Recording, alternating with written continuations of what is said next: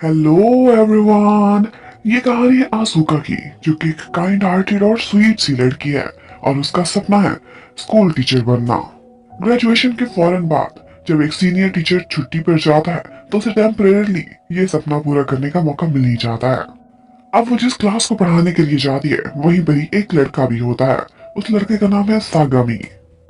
Saga बहुत ही handsome और good looking boy था और उसकी ज्यादातर तवज्जो पढ़ाई की बजाय सिंगिंग पर ही रहती थी, क्योंकि म्यूजिक का उसे पैशन था, जुनून की हद तक शौक। आज जब क्लास में आसूका सबको बताती है अपने नेम के मीनिंग, जिसका मतलब होता है मुरझाए हुओं को दोबारा से ब्लूम कराना, तो ये नाम और उसका मतलब, साथ में ये टीचर भी, सब कुछ सागा को बहुत पसंद आया था। अब छुट्टी के टाइम पर वापस जाते हुए जब आसूका सारी क्लासेस को चेक कर रही होती है तो वहीं पर ही चोरी छुपे रात के समय म्यूजिक क्लास में प्रैक्टिस करता हुआ सागा उसे नजर आ जाता है। वो हैरान थी कि इतनी लेट नाइट ये यहाँ पर क्या कर रहा है, लेकिन वो उससे कुछ भी पूछती उससे पहले ही सागा उसे देखकर डरता है और टेरेस से नीचे छलांग लगाकर वहां से भाग जाता है। अब आसूका तो परेशान थी कि कितना पागल लड़का है, इसे चोट लग जाती तो वो तो उसे बिल्कुल भी पनिश नहीं करने वाली थी।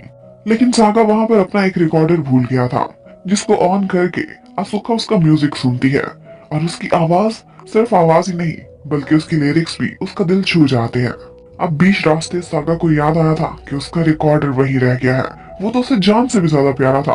वो फौरन से रास्ते से मुड़ता है और रिकॉर्डर लेने के लिए वापस स्कूल की तरफ दौड़ लगा देता है। उसे लगा था कि टीचर से बहुत डांट पड़ने वाली है, लेकिन आसूका बिल्कुल भी उसे नहीं डांटती, बल्कि उसको चीयर अप करती है, बहुत तारीफ करती है कि जो गाना मैंने तुम्हारा सुना, मैं तो सुनकर हैरान रह गई, लगता है कि जैसे तुम प्रोफेशनल हो। वो बहुत खुश थी कि इस लड़के का कोई तो ड्रीम है और साथ ही साथ उसको रिक्वेस्ट भी करती है कि मेरी खातिर तुम ये गाना सामने प्ले करके सुनाओ। सागा ये सुनकर बहुत खुश होता है। तो पहली दफा कोई मिला था जो उसको इतना इंकरेज कर रहा था। आसूका उससे कहती है कि मैं तुम्हारे ड्रीम को लेकर बहुत खुश हूँ और मैं चाहती हूँ कि तुम इस सपने को परसू करो, इसके लिए पूरी मेहनत करो। अब उसके बाद कहानी को 4 साल फास्ट फॉरवर्ड कर दिया जाता है। फिर हमें दिखाते हैं कि Asuka is no more a teacher. वो अपनी सिस्टर के साथ एक वैन रेस्टोरेंट चलाती है। अब टीचिंग उसने क्यों छोड़ी ये तो हमें भी पता नहीं चलता, लेकिन ये जरूर पता चलता है कि उसकी सिस्टर के बॉयफ्रेंड ने उसे प्रपोज किया है, जिसकी वजह से उसकी लाइफ एकदम चेंज हो जाती है। अब शादी के बाद ऑफ कोर्स उसकी सिस्टर अपने हस्बैंड के साथ रहेगी और वो उन दोनों के बीच कबाब में हड्डी बिल्कुल नहीं बनना चाहती थी, इसीलिए वो अपनी सिस्टर के साथ नहीं रह सकती थी। उसने मूव आउट करने का फैसला किया था। उसकी किस्मत अच्छी थी कि उसी समय उसको एक एड भी नजर आता है। उस एड में यही रिक्वायरमेंट थी कि घर पर एक मैट्रन चाहिए। उसमें अकोमोडेशन भी फ्री थी, फूड भी फ्री था और सबसे मजे की बात कि सैलरी भी अच्छी थी। आसूका तो ये देखकर बहुत खुश हो जाती है और फौरन से इसके लिए अप्लाई करने का फैसला। थोड़े दिनों बाद आसूका उसी घर के सामने खड़ी थी जहाँ पर उसे जॉब मिली थी। उसी घर में उसे एंटरटेनमेंट कंपनी का एक मैनेजर मिलता है जिसका नाम किंजी था। किंजी उसे जॉब के बारे में सारी बातें ब्रीफ करता है। वो घर बहुत मेसी था क्योंकि वहां पर 7 लड़के इकट्ठे रह रहे थे। ये एक इमर्जिंग बॉयज का बैंड था जो उस घर में रहता था और उनको ये घर उनकी कंपनी ने लेकर दिया था जिसके साथ उनका कॉन्ट्रैक्ट था। और ऑफ कोर्स अकेले बॉयज कैसे रहेंगे ये तो हम लोग देख ही सकते हैं। ये जॉब आसूका के लिए बहुत डिफिकल्ट होने वाली थी। किंजी उसे सब कुछ बताता है कि कैसे उसने एक एक चीज का ख्याल रखना है, वाटर प्लांट्स करने, लड़कों की चीजों का ख्याल रखना, सफाइयां करनी, इवन के लॉन्ड्री भी, खाना भी टाइम पर रेडी होना चाहिए, सुबह 7 बजे, शाम को 6:30 बजे। और सबसे ज्यादा बुरी हालत तो उन लड़कों के बेडरूम की थी, जिसे देख कर तो आसूका की हवाएं ही उड़ गई थी। सारा काम समझाने के बाद किंजी उसे कहता है कि 7 लड़के बहुत हैंडसम है, बहुत कूल है, ऑफ कोर्स पॉप स्टार जो हुए, लेकिन एक बात बता दूं कि इनमें से किसी के साथ तुम्हें लव नहीं होना चाहिए। ये तुम्हारी जॉब का रूल है। अगर कुछ ऐसा हुआ तो तुम्हें फौरन फायर कर दिया जाएगा। आसूका तो ये सारा कुछ सुनकर कुछ बोले बगैर बस सरप्राइज ही रह जाती है। उसके बाद हमें दिखाते हैं कि इस बॉयज बैंड का लीड और कोई नहीं बल्कि सागा है। लेकिन आजकल इनके हालात बिल्कुल अच्छे नहीं जा रहे। इनमें मोटिवेशन की कमी है, इंस्पायरेशन की कमी है और वो लोग ज्यादातर लेथर्जी का शिकार हैं। उनके साथ ही एक और बॉय बैंड को भी कॉन्ट्रैक्ट मिला था जिसका नाम चैनी था और वो बॉय बैंड इस वक्त बहुत फेमस हो चुका है। हर जगह वो लोग ही फैले होते हैं, उनके कॉन्सर्ट होते रहते हैं, जबकि सागा का बैंड ब्लू बहुत पीछे रह गया था। इन्हीं बातों की वजह से अक्सर सागा बहुत परेशान होता था और आजकल तो वो बहुत टेंशन का शिकार था। लाइफ में सपने अचीव ना हो तो ऐसा ही होता है। फिर हमें दिखाते हैं कि चैनी को तो पिक ड्रॉप करने के लिए हमेशा गाड़ियां आया करती थी, लेकिन ब्लूम या तो ट्रेन से जाते थे या फिर पैदल ही अपने घर को जाते थे। सागा पर लीडर होने की वजह से बहुत सारी जिम्मेदारियां थी और इसी वजह से वो हर टाइम रूड और स्ट्रिक्ट ही रहता था, जबकि बाकी लोग बस अपनी मस्ती में अपनी दुनिया में ही घूमते। वो लोग वापसी पर बाथ हाउस चले जाते हैं, लेकिन सागा का कोई मूड नहीं था, वो घर को लौट जाता है। वो आजकल कुछ खोया खोया और अपने फ्रेंड्स से दूर रहने लगा था। अब जैसे ही वो घर में एंटर होता है, वो देखता है कि घर में बड़ा पॉजिटिव बदलाव है, हर चीज बिल्कुल तरतीब से पड़ी हुई है। और ये क्या, घर में एक लड़की खड़ी कुकिंग भी कर रही है। वो जैसे ही मुड़ती है और सागा और असूका एक दूसरे को पहचानते हैं, तो हड़बड़ी में कुछ ऐसा हो जाता है कि असूका सागा के ऊपर ही जाकर गिर जाती है। अब सागा भी शॉक्ड में था और असूका भी, लेकिन मजे की बात है उसी समय बाकी सारे बैंड मेंबर्स ऊपर से आ जाते हैं और कुछ गलत मतलब निकालने लग जाते हैं। वो यही सोच रहे थे कि सागा ने ये क्या कर दिया, एक लड़की को घर पर ले आया है।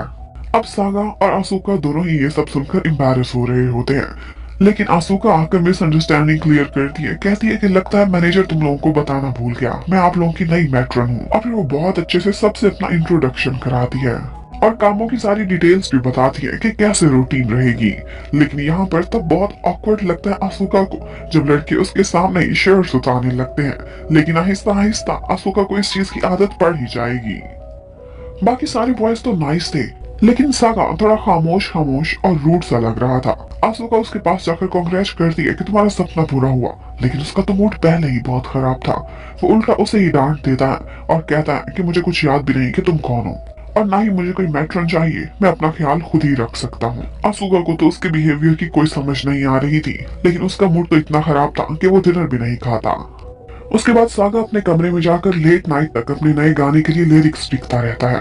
वो एक लीडर था और इसके लिए उसे ज्यादा काम करना था, ये वो अच्छे से जानता था, लेकिन आजकल कुछ दिन ही खराब चल रहे थे। अब वो बेचारा काफी रात लेट तक मेहनत करता रहता है और सुबह भी सबसे पहले ही उठकर बैठा हुआ होता है। आज फिर से असूका उससे कुछ बात करना चाहती थी, लेकिन वो था कि उसे इग्नोर करता रहता है। असूका थोड़ा क्लोज होने के लिए उसे कहती है कि मुझे आज भी तुम्हारा पहला गाना अच्छे से याद है, जब मैंने सुना था तो मुझे बहुत पसंद आया था, दिल को छू गया था। लेकिन ये बात सुनते ही सागा को लगता है कि जैसे उसका कैरियर ही खत्म होने वाला है। उसका मूड खराब होता है और वो नाश्ता भी नहीं करके जाता। असूका बेचारी के साथ भी कुछ अपनी ही टेंशन्स चल रही थी। स्कूल से उसने टीचिंग क्यों छोड़ी, जो कि उसका सपना था, इसके पीछे भी कोई वजह थी। उसको बुरी बुरी यादें आती रहती हैं, लेकिन इन यादों की क्या डिटेल्स हैं अभी नहीं पता चलता। लेकिन जब भी वो किसी को यूनिफॉर्म में देखती थी तो उसका मूड ऑफ हो जाता था। अब उन सारे बॉयज को वहां से भेजने के बाद वहां पर ट्रिनिटी आता है। ट्रिनिटी था उसी म्यूजिक कंपनी से मैनेजमेंट में से एक आदमी। वो आकर असूका को बहुत सारा काम बताता है, उसकी चेकिंग वगैरह करता है और उसके बाद उसे अपने साथ ही ऑफिस ले जाता है, क्योंकि आज असूका ने बॉयज के लिए एक स्पेशल लंच बनाया था, क्योंकि वो उनसे दोस्ती करना चाहती थी। जब असूका जाती है तो वो चोरी चोरी देखती है, उसी समय वो बॉयज वहां पर प्रैक्टिस कर रहे थे। वो बहुत खुश होती है, उसे इतने कूल लगे थे वो लड़के डांस करते हुए, उनकी परफॉर्मेंस बहुत जबरदस्त थी। वो तो उनके लिए क्लैपिंग करने लगी थी, लेकिन सागा उसे कहता है बच्चों वाली हरकतें ना करो, ये बहुत इमेच्योर लग रहा है, क्योंकि सागा को लगता था कि उन लोगों ने कुछ भी स्पेशल अभी नहीं किया। सागा बेशक उम्र में कम था, लेकिन वो असूका से ज्यादा मेच्योर था और सीरियस भी। यहाँ पर असूका उसका रिकॉर्डर आकर वापस करती है, जो वो घर पर ही भूल गया था। इतने में वहां पर कंपनी की प्रेसिडेंट आ जाती है, जिसे देखकर सारे बॉयज डर जाते थे। वो आज उनके लिए एक बैड न्यूज लेकर आई थी। वो कहती है कि तुम लोगों की परफॉर्मेंस ऊपर की तरफ नहीं जा रही, इसलिए 6 महीने बाद तुम लोगों का कॉन्ट्रैक्ट रिन्यू नहीं किया जाएगा। यही लास्ट 6 मंथ है आप लोगों के पास। अब ये सुनते ही सारे बॉयज सैड हो गए थे। एक्चुअली उन्होंने एक्सपेक्ट यही किया था, लेकिन असूका के लिए ये शॉकिंग था। वो फौरन से लड़कों को कहती है कि तुम लोग कुछ तो करो, कुछ तो एक्सप्लेन करो, लेकिन सागा उसको चुप करा देता है कि शट अप, आउटसाइडर्स मत बोले, सिर्फ अपने काम से काम रखा करो। अब प्रेसिडेंट के जाने के बाद हमें पता चलता है कि एक्चुअली उस बैंड में अंदर ही अंदर फूट पड़ी हुई है। वो लोग सागा से नाराज थे क्योंकि उनका एक मेंबर 8वां था, जो कि उनका बैंड छोड़कर चला गया था। उनको यही लगता था कि उसकी वजह सागा की सख्तियां थी, और उसके जाने के बाद उस बैंड में जैसे जान ही नहीं रही थी, कोई मोटिवेशन नहीं थी। अब असूका बाहर सागा के पीछे पीछे जाती है और उससे कहती है कि देखो 6 महीने हैं, हिम्मत हारने की कोई जरूरत नहीं, हो सकता है तुम लोग मेहनत करो और सारा कुछ ठीक ठाक हो जाए। लेकिन सागा को ये सारी बातें फजूल लग रही थी। वो कहता है कि देखो, मुझे कौन समझा रहा है, कौन मोटिवेट कर रहा है। एक ऐसी टीचर जो अपना सपना ही छोड़ चुकी है और खुद एक मेड बन गई है। आसूका को उसकी बातों ने हर्ट किया था, लेकिन वो खामोश रहती है। फिर हमें फ्लैशबैक में दिखाते हैं कि सागा अपनी टीचर से बहुत अटैच हो गया था और जब उसे पहला कॉन्ट्रैक्ट मिला था वो सबसे पहले उन्हीं को ही बताने के लिए आता है, लेकिन आगे उसे पता चलता है कि वो इररिस्पॉन्सिबल थी और बिना बताए ही अचानक से स्कूल छोड़कर चली गई थी। आसूका के अचानक से गायब हो जाने पर सागा बहुत सैड हो गया था और शायद ये मायूसी उसे दोबारा देखने के बाद दोबारा से ताजा हो गई थी। यहाँ पर आसूका उसे अपने बारे में तो कोई जवाब नहीं देती, कहती है कि मुझे तो छोड़ो, लेकिन तुम अपनी बात करो। मैं तुम्हें सच बता रही हूँ, तुम में टैलेंट है। मैंने जब तुम्हारा पहला सॉन्ग सुना था तो मुझे उसी दिन रियलाइज हो गया था कि तुम में कुछ बात है जो दूसरों में नहीं। अगर आज तुमने हिम्मत हार दी तो पछताओगे सारी जिंदगी। अब उसकी बातों ने एक दफा तो सागा के दिल को छू लिया था। उसके फेस पर एक स्माइल आती है और एक नई हिम्मत भी। वो लोग सारे मिलकर प्रेसिडेंट के पास जाते हैं और उनसे रिक्वेस्ट करते हैं कि हमें एक लास्ट चांस दे दिया जाए। आप हमारी परफॉर्मेंस चेक करें, हमारे नए गाने देखें, उसके बाद कोई फैसला करें।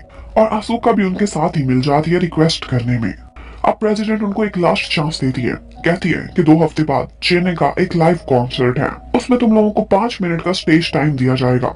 अगर तुम लोग हमारा इरादा बदलने में कामयाब हो गए या ऑडियंस को खुश किया तो फिर देखा जाएगा कि तुम्हारा कॉन्ट्रैक्ट रिन्यू किया जाए या ना। अब उनके पास बहुत शॉर्ट नोटिस था, वो सारे लड़के काफी नर्वस हो गए थे, लेकिन साथ ही साथ उन्होंने मेहनत करना भी स्टार्ट कर दी थी।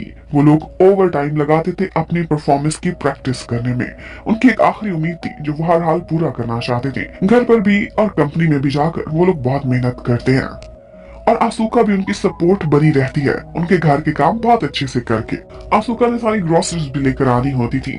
सागा वैसे तो बहुत रूड बनता था, लेकिन जब भी उसे हैवी सामान उठाए देखता था तो उसकी जरूर हेल्प करने पहुंच जाता था। वो ऊपर से जितना रूड था अंदर से उतना ही सॉफ्ट था।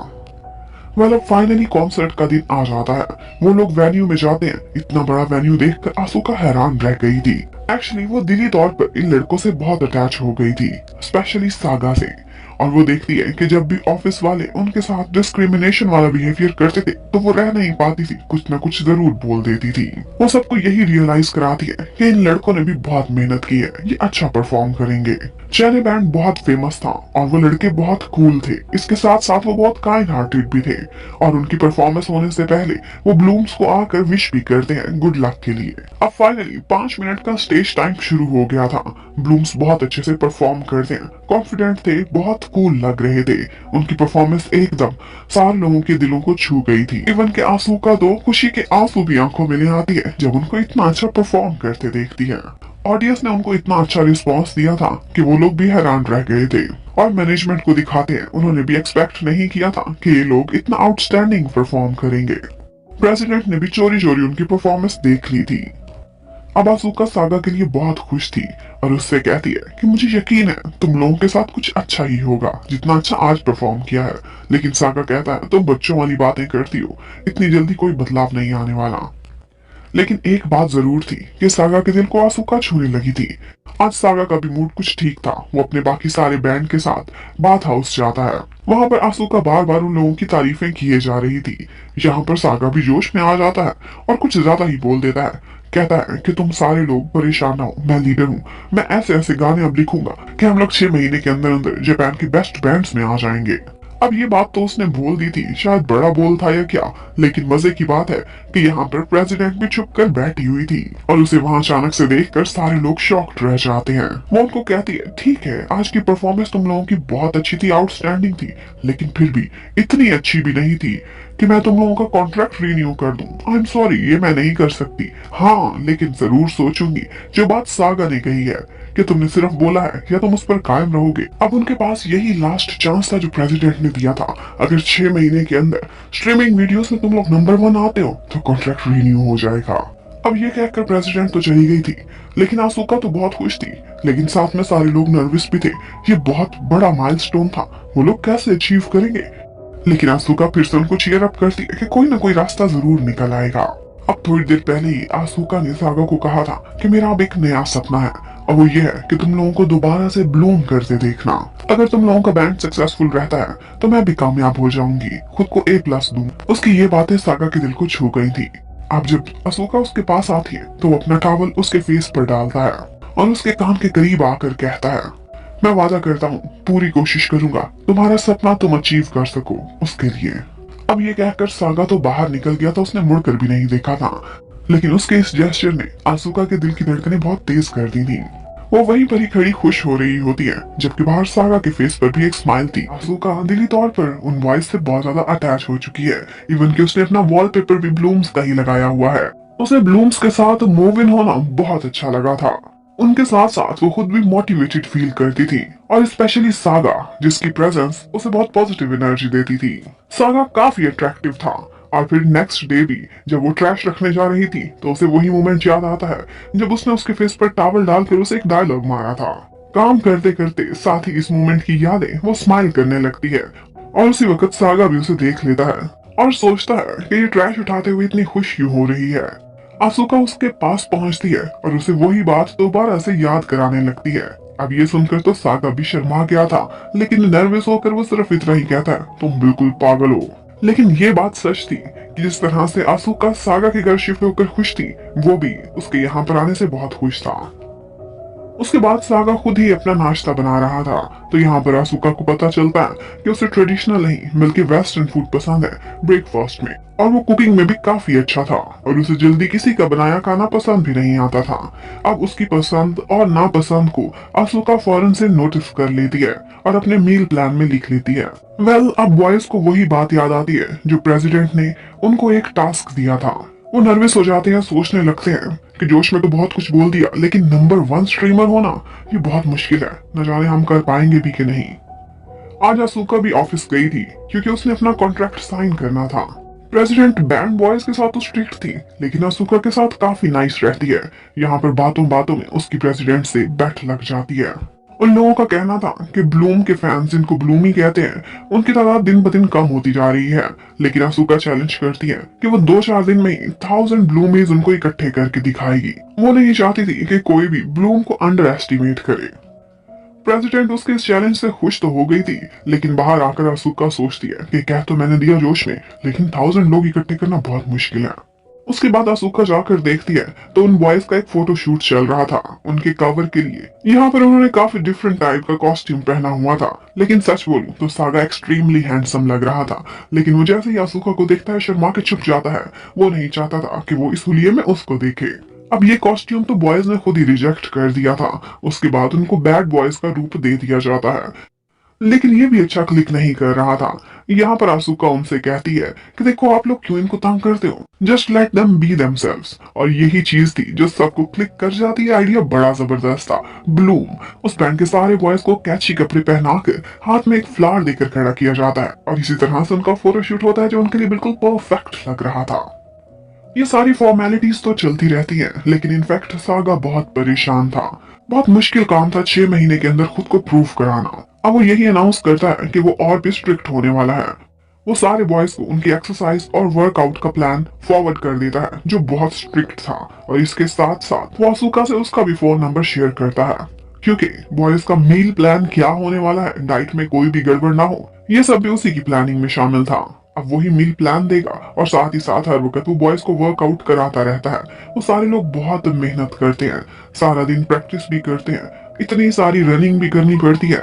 उन सब की लाइफ आसुका ने बहुत डिफिकल्ट कर दी थी, लेकिन खुद में उसकी लाइफ ज्यादा डिफिकल्ट थी। इस सब के बाद वो थक जाता था, और जब लिरिक्स लिखने के लिए बैठता था तो उससे कुछ भी अच्छा क्लिक नहीं करता था। अब बाकी सारे बॉयज की तो बैंड ही बजी पड़ी थी। वो सब बहुत थक जाते थे, और खाने में सिर्फ चिकन और सब्जियां ही मिलती थी। अब उनको बार बार अपसेट देखकर आसुका एक दफा उनको चीटिंग कराती है, छोटी छोटी सी ब्राउनीज बेक करके देती है। लेकिन किस्मत बहुत खराब थी। एंड टाइम पर सागा आकर ये सब चीटिंग करते हुए उनको देख लेता है। अब उसको गुस्सा आ गया था, लेकिन उससे भी ज्यादा गुस्सा उसके एक और बैंड मेंबर को आया था, जो उसे यही कह रहा था कि तुम ज्यादा ही स्ट्रिक्टनेस करते हो। यहाँ पर उन दोनों की फिर से एक दफा बहस हो जाती है, और सागा गुस्से में बाहर निकल जाता है, लेकिन आसुका उसके पीछे पीछे जाती है उसे मनाने के लिए।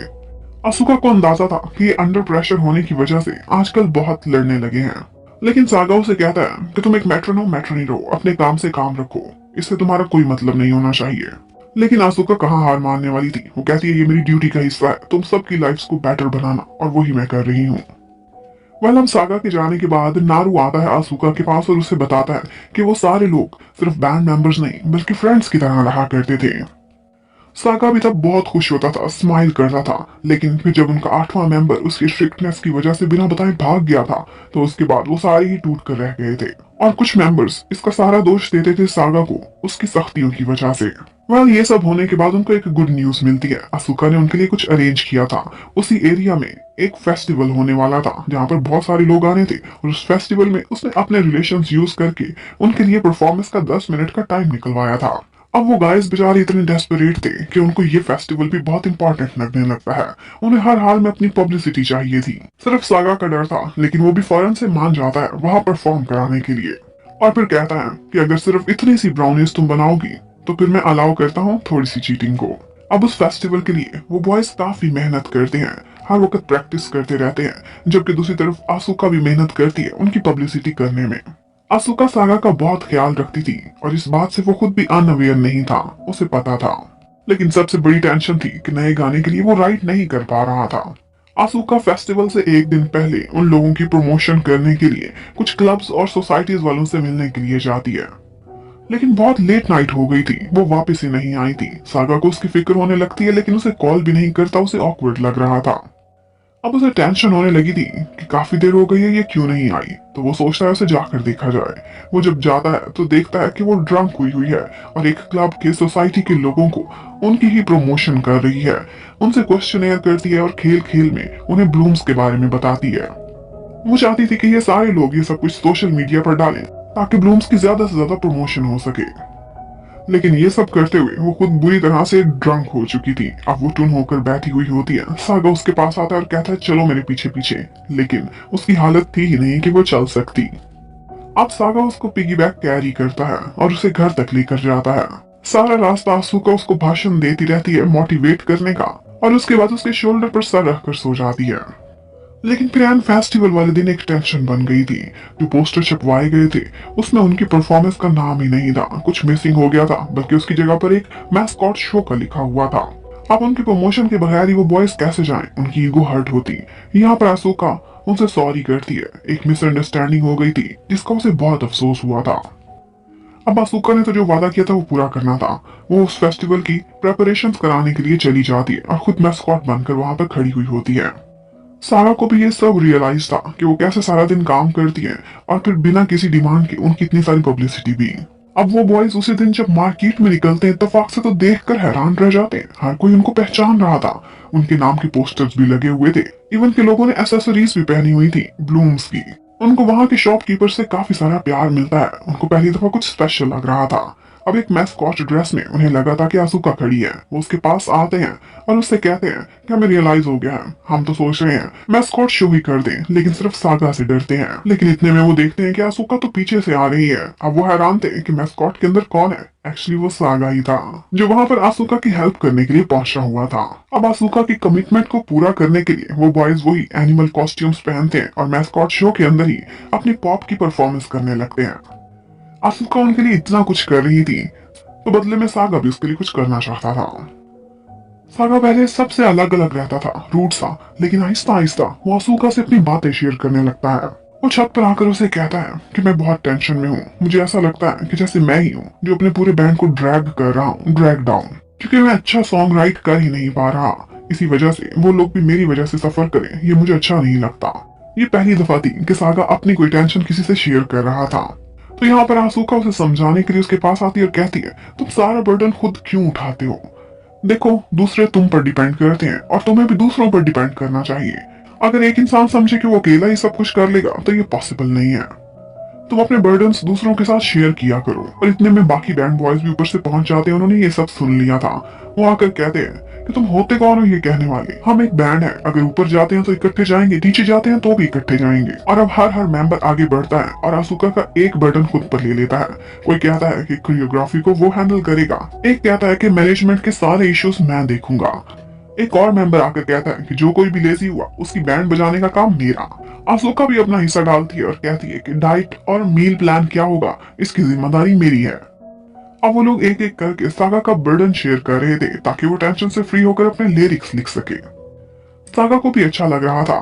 पहली दफा अपनी प्रॉब्लम्स किसी से शेयर करना उसको बहुत हेल्प मिली थी बदले में। और इन दी एंड वो दोनों बॉयज जो हमेशा लड़ते रहते थे उनकी आपस में सुलह भी हो जाती है, वो हक करते हैं और अब लग रहा था कि जैसे वाकई वो एक टीम बन चुके हैं।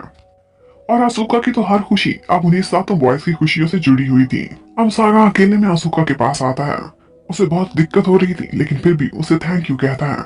सॉरी और थैंक्स उसने करना सीखा ही नहीं था, लेकिन अब वो बदल रहा था। इतने में उन लोगों को पता चलता है कि सोशल मीडिया पर उनकी वही मैस्कॉट वाली जो परफॉर्मेंस थी वो वायरल हो गई है, किसी ने वीडियो डाल दी थी और ज्यादातर लोग यही कह रहे थे कि इस कॉस्ट्यूम में जो लड़का है सागा उनका लीडर वो बहुत हैंडसम है और मैस्कॉट ड्रेस में कोई कोई इतना कूल दिखता है। अब उन बॉयज ने फैसला किया था कि जैसे उनकी पब्लिसिटी ऊपर चढ़ने लगी है यही टाइम है वो रेगुलरली अपनी लाइव स्ट्रीम किया करें। लेकिन इतने में दो टेंशन आती हैं इकट्ठी। सबसे पहले तो आसुका की सिस्टर आ जाती है जिसको उसके हस्बैंड ने चीट किया था, वो रो रही होती है। इतने में ऊपर से उनकी एक नई मैनेजर की एंट्री होती है। उनका पिछला मैनेजर केनी को हटा दिया गया था और अब उनकी कंपनी की सबसे स्ट्रिक्ट मैनेजर को उनके लिए हायर कर दिया गया था। यही मैनेजर पहले चैनी के लिए काम करती थी। अब अचानक से अपना मैनेजर बदलकर एक स्ट्रिक्ट लेडी को वहां देखकर हर कोई हैरान खड़ा होता है। साथ ही साथ आसुका की सिस्टर भी वहां पर रोती हुई पहुंच जाती है, उसके हस्बैंड ने उसके साथ चीट किया था। अब काफी ऑकवर्ड सिचुएशन क्रिएट होती है जब सभी बॉयज हैरान बैठे थे कि खुश हो या फिर उदास। इतने में वहां पर उनका पुराना मैनेजर केंजी आता है और सारों को इजी कराता है। साथ ही साथ वो बताता है कि कोसाका की प्रमोशन हुई है और इसके साथ उसे सबसे डिफिकल्ट टास्क दिया गया है और वो है ब्लूम्स को संभालने का। वेल, अब तो ये खुल्लम खुल्ला उनकी इंसल्ट ही थी। फिर कोसाका अपनी बड़ी बड़ी तारीफें करती है कि ये मैं ही हूँ जिसने चैनी को जीरो से हीरो बनाया है और अब तुम लोगों को भी नेक्स्ट चैनी ही बनाऊंगी। और वो ये भी कहती है कि बाय द वे, क्या सोचकर तुम लोगों ने नंबर 1 स्ट्रीमर बनने की बात प्रेसिडेंट से की थी, मुझे तो इम्पॉसिबल लगती है। अब उनकी क्लास लगाने के बाद कोसाका वहां से चली जाती है। अब सब कुछ क्लियर हुआ था तो आसुका की सिस्टर के रोने की बारी थी जो वो स्टार्ट कर देती है। आसुका को लगता था कि सागा को जरूर प्रॉब्लम हुआ होगा उसके सिस्टर के आने से, क्योंकि वो दिखने में बहुत रूड लगता था। पहले तो वो सिस्टर की दुख भरी कहानी सुनती है और फिर कहती है कि तुम्हारे यहाँ ठहरने की परमिशन मुझे बॉयज से लेनी पड़ेगी। अब वो डॉग को सैर कराने के लिए जाने लगती है तो उसे पता चलता है कि सागा डॉग से बहुत डरता है और वो उसकी एक वुफ से उसकी जान ही निकल रही थी। अब वो डॉग से दोस्ती कराने के लिए उसे भी साथ वॉक पर चलने को कहती है। आसुका बहुत खुश थी, वो एक्सप्रेस भी करती है क्योंकि ब्लूम्स की लक भी आजकल ब्लूम ही कर रही थी। पहले तो मैस्कॉट की वीडियो वायरल हुई, लाइव स्ट्रीमिंग अच्छी जा रही है और अब बेस्ट मैनेजर भी उनको मिल गई थी। अब वो सब अच्छा अच्छा बोलकर सागा से रिक्वेस्ट करती है कि मेरी सिस्टर कुछ दिनों यहाँ रह ले। सागा फौरन से हाँ कर देता है। अब नेक्स्ट डे सिस्टर हैरान रह जाती है जब वो आसुका के काम देखती है। उस पर बहुत ज्यादा बर्डन था और वो बॉयज बिल्कुल बच्चों की तरह थे, हर चीज के लिए आसुका पर ही डिपेंड करते थे। टूथपेस्ट कहाँ है और इवन टॉवल तक उससे मांगते थे। कोसाका ने भी ये बात नोटिस कर ली थी जब वो सुबह सुबह आती है। आज वो उनको बताती है कि उसने ब्लूम्स के लिए एक इंटरव्यू अरेंज किया है जिसमें उन्होंने मैस्कॉट डांस करना है। लेकिन सागा को बहुत प्रॉब्लम था, वो कहता है हम हमेशा मैस्कॉट नहीं रहेंगे, ये हमारी आइडेंटिटी नहीं। पर कोसाका उससे कहती है कि तुम लोगों की पब्लिसिटी जीरो है, इसलिए जो भी काम मिलता है चुपचाप करो। अब जब वो बॉयज वहां से चले जाते हैं तो फिर कोसाका क्लास लगाती है आसुका की और उससे कहती है कि ये छोटे छोटे बच्चे नहीं है स्कूल जाने वाले जिनका तुम इतना ख्याल रखती हो, ये अपनी छोटी छोटी चीजें तुमसे मांगते हैं, इतना डिपेंडेंट हो गए हैं। ये गलती तुम्हारी तो नहीं लेकिन कहीं ना कहीं हिस्सा तुम्हारा जरूर है। अगर ये ऐसे ही करते रहे तो किस तरह से इंडिपेंडेंट होंगे? क्या तुम्हें चैनी के बारे में पता है? वो अपना सारा काम खुद करते हैं, उनके पास कोई मैटर नहीं है। अगर ये घर के बिहेवियर में इंडिपेंडेंट होंगे तभी तो बाहर जाकर इंडिपेंडेंट होंगे। अब वो इनडायरेक्टली आसुका को ये कह चुकी थी कि अगर ये बॉयज अपना काम स्टार्ट करने लग जाए तो तुम्हें रिजाइन कर देना चाहिए। सागा ने भी चोरी चोरी ये सब कुछ सुन लिया था। शाम को जब वो बॉयज वापस आते हैं तो आसुका को पता चलता है कि उनमें बड़ा बदलाव आया हुआ है। आज कोसाका उनको चेनी को मिलाने के लिए लेकर गई थी। उन्होंने देखा था कि चैनी कितने इंडिपेंडेंट हैं, अपने सारे छोटे छोटे काम भी वो खुद करते हैं, खुद को संभालते हैं और साथ में शूटिंग भी करते हैं। वहीं पर ईजी की बैट लग गई थी चैनी के एक मेंबर के साथ जो स्कूल टाइम से उसका राइवल रहा था और अब ईजी ने कहा था कि मैं अपने सारे काम तो मैं खुद करके दिखाऊंगा। वो सारे लड़के वहीं खड़े खड़े अपने सारे काम आपस में बांट लेते हैं। आसुका को बुरा तो लगा था, अब वो बिल्कुल फारिग होने वाली थी, लेकिन फिर भी वो कहती है ये बहुत अच्छी बात है, यही स्पिरिट तो चाहिए तुम लोगों के लिए। अब नेक्स्ट डे जब आसुका उठती है तो वो देखती है कि बॉयज ने खुद ही अपना नाश्ता भी बना दिया है और एकदम उनका लाउंज बिल्कुल क्लियर लग रहा था। बॉयज को भेजने के बाद वो देखती है वहां पर ट्रिनिटी भी आता है, जो एक्चुअली कोसाका से बहुत डरता था और चोरी चोरी वहां पर आया था। बातों बातों में वो भी आसुका से कहता है कि अगर ये बॉयज खुद ही को संभालने लग गए तो तुम्हारी जॉब का क्या होगा। लेकिन सच में आसुका को अपनी जॉब की कोई परवाह नहीं थी। थोड़ी देर बाद नारू एक जगह पर मिलने के लिए आसुका को बुलाता है। एक्चुअली वो शॉपिंग के बारे में पूछना चाहता था कि कौन सी ग्रोसरीज कहाँ से खरीदनी है। साथ ही साथ सारी डिटेल्स भी बताता है कि हमने कैसे काम बांटा है, कौन लॉन्ड्री करेगा, कौन सफाई और कौन कुकिंग। और साथ ही साथ में उसे एक और बात भी पता चलती है कि उनके घर के करीब ही जो बाथ हाउस है, वहाँ की जो ऑनर लड़की जिसका नाम नाओ था, उसको बैंड का मेंबर एक लड़का यूकी लाइक करता है। लेकिन एक्चुअली वो खुद यूकी को लाइक नहीं करती बल्कि उसका सागा पर क्रश है। अब इंटरव्यू हो गया था बॉयज का और उनको ये बात पता चलती है कि उनकी व्यूअरशिप में 50% का इजाफा हुआ है। अब कोसाका ने उनको कहा था कि 5 दिनों में तुम लोग एक 5 वीडियो बनाकर अपलोड करोगे और उसमें जो गाने गाने थे और जो कोरियोग्राफी थी वो सारी उनको बता देती है। लेकिन सागा को फिर से इशू था। वो कहता है कि किसी के लिखे हुए गाने मैं नहीं गाऊंगा। लेकिन कोसाका को अपनी बात मनवाना आता था। वो जोर जबरदस्ती से मनवा लेती है। कहती है कि इस वक्त तुम क्वांटिटी पर तवज्जो दो। अब इसी तरह से 2-4 दिन और भी गुजर जाते हैं। कोसाका आकर देखती है कि बॉयज ने खुद को इंडिपेंडेंट कर लिया है। उनका घर और हर चीज साफ होती है और आसुका को कोई काम भी नहीं करना होता। वो बताती है कि कल एक बड़े चैनल का मॉर्निंग शो है जिसमें तुम लोग ही गेस्ट हो और तुम्हारे घर पर ही आकर शूटिंग होगी। कुछ बॉयज खुश हुए थे लेकिन साथ ही साथ एकदम परेशान भी हो गए थे। कहते हैं कि पूरा घर दिखाना होगा क्या। कोसाका कहती है ऑफ कोर्स, तुम्हें कोई प्रॉब्लम है। साथ ही साथ उनको ब्रीफ किया जाता है कि तुम लोग अपने सिग्नेचर मूव्स भी बनाओ और अपनी एक स्पेशल क्वालिटी भी बताओ जो सबसे यूनिक हो। अब सभी लोग खुश हो गए थे, आसुका भी साथ साथ में।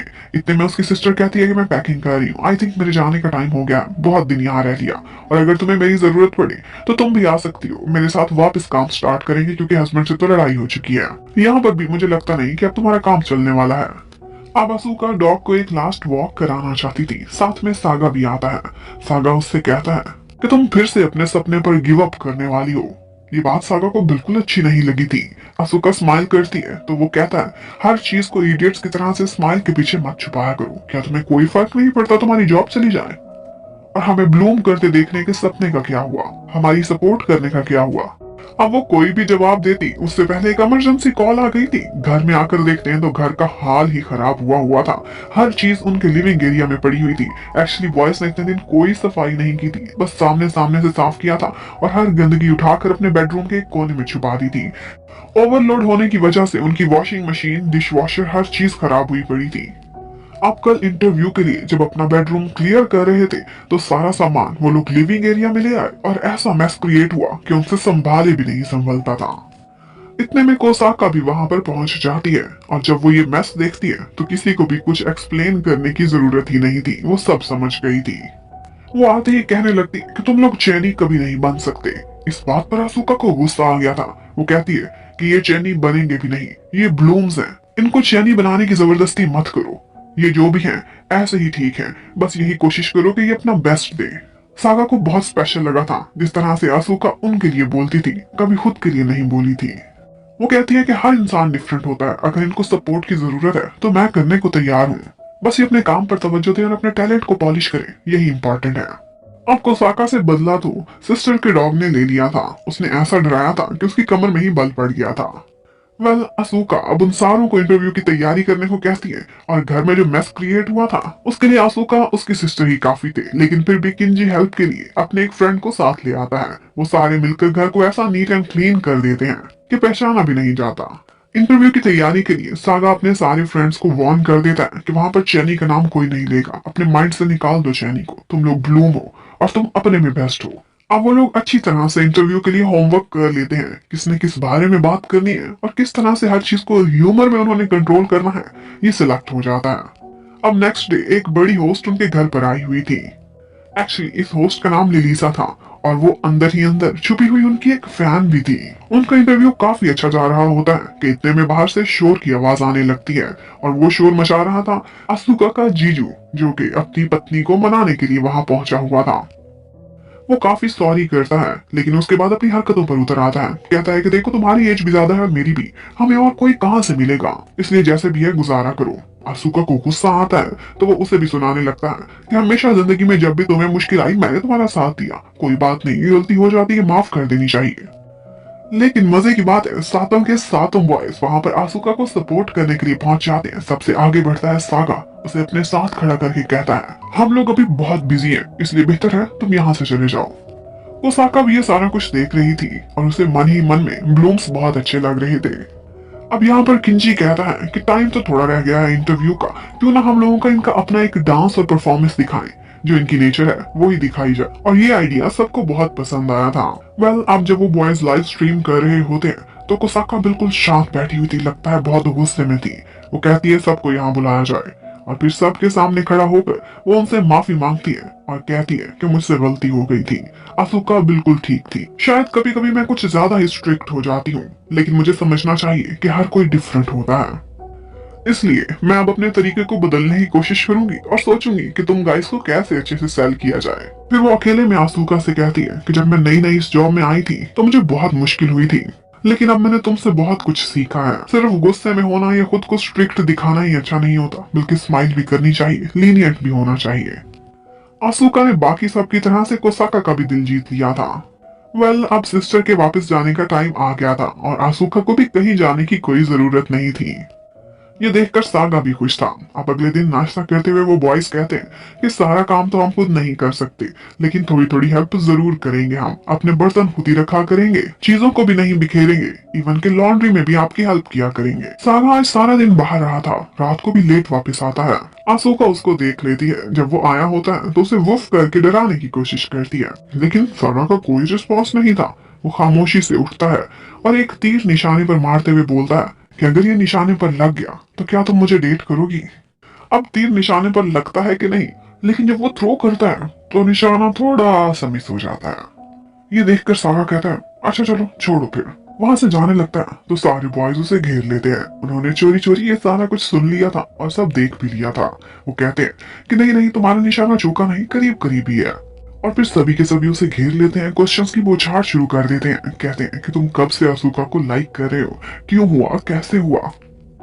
अब सागा इतने सारे क्वेश्चंस का एक ही जवाब देता है, कहता है ऐसी कोई बात नहीं, मैं उसे लाइक नहीं करता, तुम लोगों को कोई मिसअंडरस्टैंडिंग हुई है। और फिर सारी कहानी सुनाता है, बताता है कि मैंने जो सॉन्ग राइट किया था वो सुनवाने के लिए आज मैं प्रेसिडेंट के पास गया था।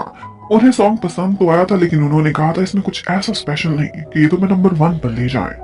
और फिर उन्होंने मशवरा दिया था कि तुम एक लव सॉन्ग राइट करो। अब लव सॉन्ग, इस बारे में उसने कभी सोचा नहीं था, रोमांस के बारे में वो जानता नहीं था, इसलिए वो अपनी रिसर्च करने के लिए डेटिंग प्लेसेस पर जाना चाहता था। अकेला कैसे जाता, इसलिए एक ही लड़की उसकी नजर में आई और वो थी आसुका। उसे अपने साथ डेट पर ले जाना चाहता था, लेकिन सिर्फ रिसर्च करने के लिए। अब आसुका भी ये सुनकर हैरान रह जाती है कि कोई रिसर्च के लिए भी डेट पर जाता है क्या। अब अकेले में जाकर नारू सागा से पूछता है कि क्या सच बताऊं, तुम्हें आसुका के लिए कोई फीलिंग्स भी नहीं है। लेकिन सागा फौरन से इनकार कर देता है, कहता है ना तो मैं उसे लाइक करता हूँ ना ही उसे नफरत करता हूँ, मैं तो न्यूट्रल हूँ, न्यूट्रल। और ये सब कहा था मैंने सिर्फ लव की इंस्पिरेशन लेने के लिए। अब उसके बाद वो सारे बॉयज रात को इकट्ठे हो जाते हैं अपने ही बेडरूम में और एक दूसरे को अपनी अपनी लव स्टोरीज सुनाने लग जाते हैं, ताकि कुछ तो आइडिया मिले, कुछ तो क्लिक करे सागा को लव सॉन्ग लिखने के लिए। अब हर कोई अपना अपना एक्सपीरियंस शेयर कर रहा था, लेकिन वो बेचारे सदा के सिंगल ही थे। उनकी लव स्टोरीज एक से बढ़कर एक थी। एक ने तो लास्ट टाइम डेट किया था जब वो क्लास 2 में था, और एक तो ऐसा था जिसे गर्ल्स नहीं बल्कि बॉयज में ज्यादा इंटरेस्ट लगता था। और तीसरे की तो कहानी ही निराली थी। वो जिस लड़की को भी गर्लफ्रेंड बनाना चाहता था, उसका राइवल आकर उसे चुरा कर ले जाता था। इन शॉर्ट, ये लव स्टोरी नहीं बल्कि दुख भरी और टूटे दिल की कहानियां ही लग रही थी। अब सागा को लग रहा था कि यहाँ पर बैठना फजूल है, इससे तो मेरा माइंड बिल्कुल भी काम नहीं करेगा लव की साइड। अब वो उन सारे बॉयज से साइड पर होकर छत पर जाता है और वहां पर बैठकर कुछ लिरिक्स सोच रहा होता है, रिकॉर्डिंग करना चाहता था। सागा को इतना परेशान और डिसअपॉइंटेड सा जाते हुए आसुका भी देख लेती है। वो बहुत अच्छे से उसे नोटिस कर लेती थी, तो वो उसके पीछे पीछे छत पर आती और उसे कहती है कि अगर मेरी बोतल का निशाना बिल्कुल ठीक लगा तो फिर तुम मेरे साथ डेट पर चलोगे। अब सागा तो एकदम हैरान बैठा हुआ था कि इतने में बॉटल बिल्कुल बास्केट के अंदर चली जाती है, मतलब कि निशाना एकदम ठीक था। पर सागा कोई खुशी नहीं मनाता, कोई रिस्पॉन्स नहीं देता, बस उठते हुए ये कहता हुआ चला जाता है कि इस फ्राइडे को मैं फ्री हूँ। अब वो बॉयज जब प्रैक्टिस करने के लिए अपने ऑफिस में गए हुए होते हैं, तो आज वहां पर आसुका भी आती है। उनके लिए लंच बनाकर लाई थी। लंच बनाना उसकी रिस्पॉन्सिबिलिटी तो नहीं थी, लेकिन आउट ऑफ कर्टसी अक्सर वो ऐसा करती रहती थी। और यहीं पर ही वो सागा को बताती है कि मैंने कुछ लोगों से मशवरा लिया है और मुझे सबने यही कहा है कि जू जाना पहली डेट के लिए बेस्ट रहेगा। वहाँ पर काफी सारे कपल्स भी होते हैं और ये बजट फ्रेंडली भी है। अब सागा को समझ नहीं आ रही थी कि जू और डेट का क्या लेना देना है, लेकिन इतने में ऊपर से आसुका की सिस्टर आ जाती है, जिसको एक्चुअली कोसाका ने बुलाया था। उसने चेनी के लिए उनसे मंगवाकर खाना डिलीवर कराया था, तो वो बॉयज से भी मिलती है और उनके लिए भी खाना लेकर आई थी। आज कोसाका जब बॉयज से बात कर रही होती है तो ब्लूम से बात करते हुए उसके फेस पर कई दफा स्माइल आई थी और उसे स्माइल करते उन्होंने लाइफ में पहली दफा देखा था। अब कोसाका आसुका से कहती है कि मुझे पता चला है जब से तुम काम पर आई हो तुमने एक भी छुट्टी नहीं की।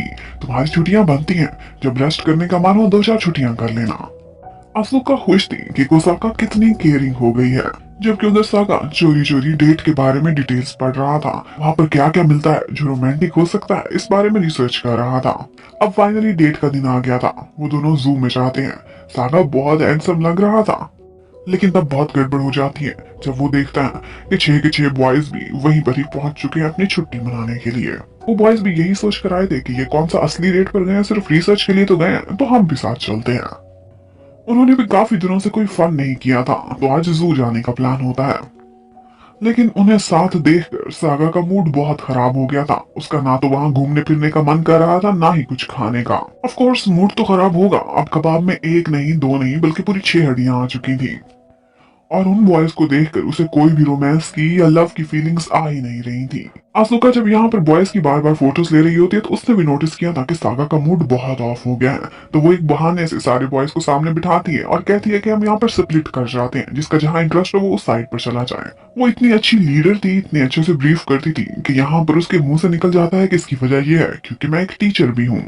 वो फॉर्मर टीचर है। ये सुनकर सारे ही हैरान रह गए थे। वो कहती है क्या सागा ने तुम लोगों को नहीं बताया, मैं उसके स्कूल की टीचर थी। सागा एम्बेरस होता है और कहता है मुझे तो याद भी नहीं है, पता नहीं तुम थी टीचर की नहीं थी। वेल इन दी एंड सारे बॉयज इधर उधर चले जाते हैं, लेकिन फिर भी एक नारू था जो अभी भी उनको चिपक कर खड़ा हुआ था।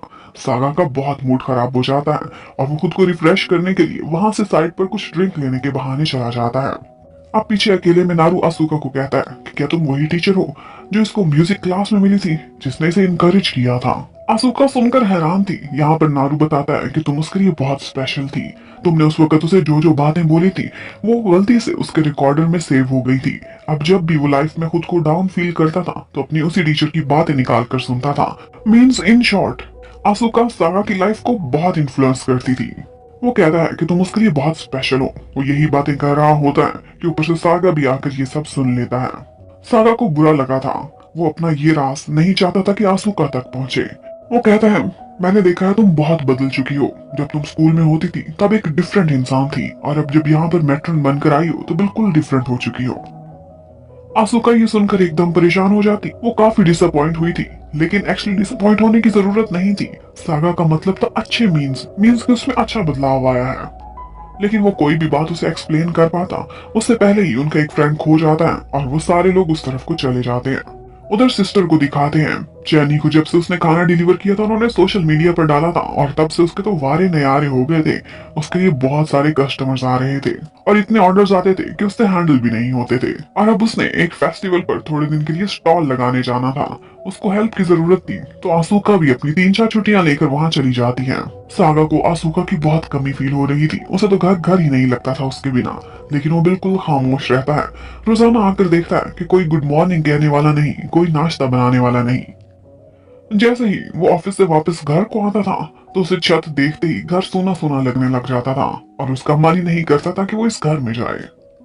किचन में हर जगह उसे आसुका की यादें आने लगती हैं, कहीं कहीं बैठी हुई भी नजर आती है। लेकिन सागा की तो नेचर ही नहीं थी कि वो अपनी बात किसी से भी शेयर करता। वो खामोश रहता है, लेकिन बाकी सारे बॉयज दिल खोल कर कहते हैं कि हम आसुका को बहुत मिस करते हैं। उसका बनाया हुआ नाश्ता ही हमारे लिए स्पेशल था। आज उनकी एजेंसी में ही कोसाका उनको कहती है कि मैं तुम सारे बॉयज को लंच ट्रीट पर लेकर जाना चाहती हूँ, लेकिन सागा का कोई मन नहीं था। वो जाता ही नहीं है और कोई बहाना करके एक्सक्यूज करके निकल जाता है। जब वो बाहर जाता है तो उसे वहां पर नाव दिखाई देती है, वही बाथ हाउस वाली लड़की।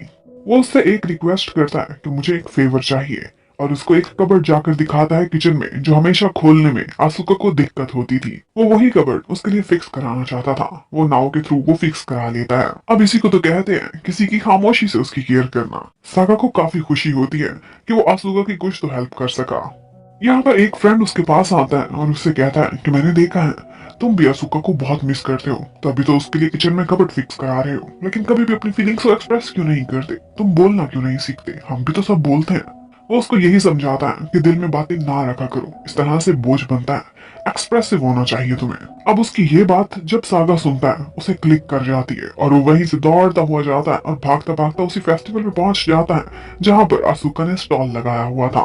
असुका मुड़ती है, अचानक से उसे वहां खड़ा देखकर वो हैरान रह जाती है। यहाँ पर सागा अपने दिल की हर बात कहता है, मुझे पता है तुमने गलत मतलब निकाला था, बल्कि मैंने तो ये बोला था कि तुम अब बदल गई हो, लेकिन अच्छे मीनिंग्स में। तुम अब पहले से भी ज्यादा वार्म हो चुकी हो। स्टार्ट में मैं तुमसे रूड इसलिए हुआ करता था, मैं खुद में डिसअपॉइंट था। तुमने मेरे से इतनी उम्मीदें लगाई थी कि मैं एक आइडल बनूंगा, मुझे इतना इनकरेज किया था, लेकिन मैं कुछ भी ना बन सका, मैं तो जीरो हो गया। और उसे कहता है कि तुम कल भी मेरे लिए जितनी स्पेशल थी आज भी वैसी ही स्पेशल हो। और फिर उससे सुलह करने के लिए उसे खुद को हक करने को बोलता है। आसुका हैरान रह गई थी, उसे समझ नहीं आ रही थी कि क्या करूं।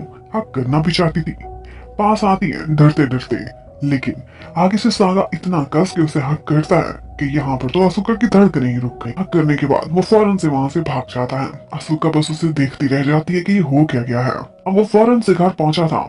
अब उसे इंस्पिरेशन मिल गई थी। उसे लिरिक्स ज़हन में आ रहे थे कि उसने लव सॉन्ग में क्या लिखना है।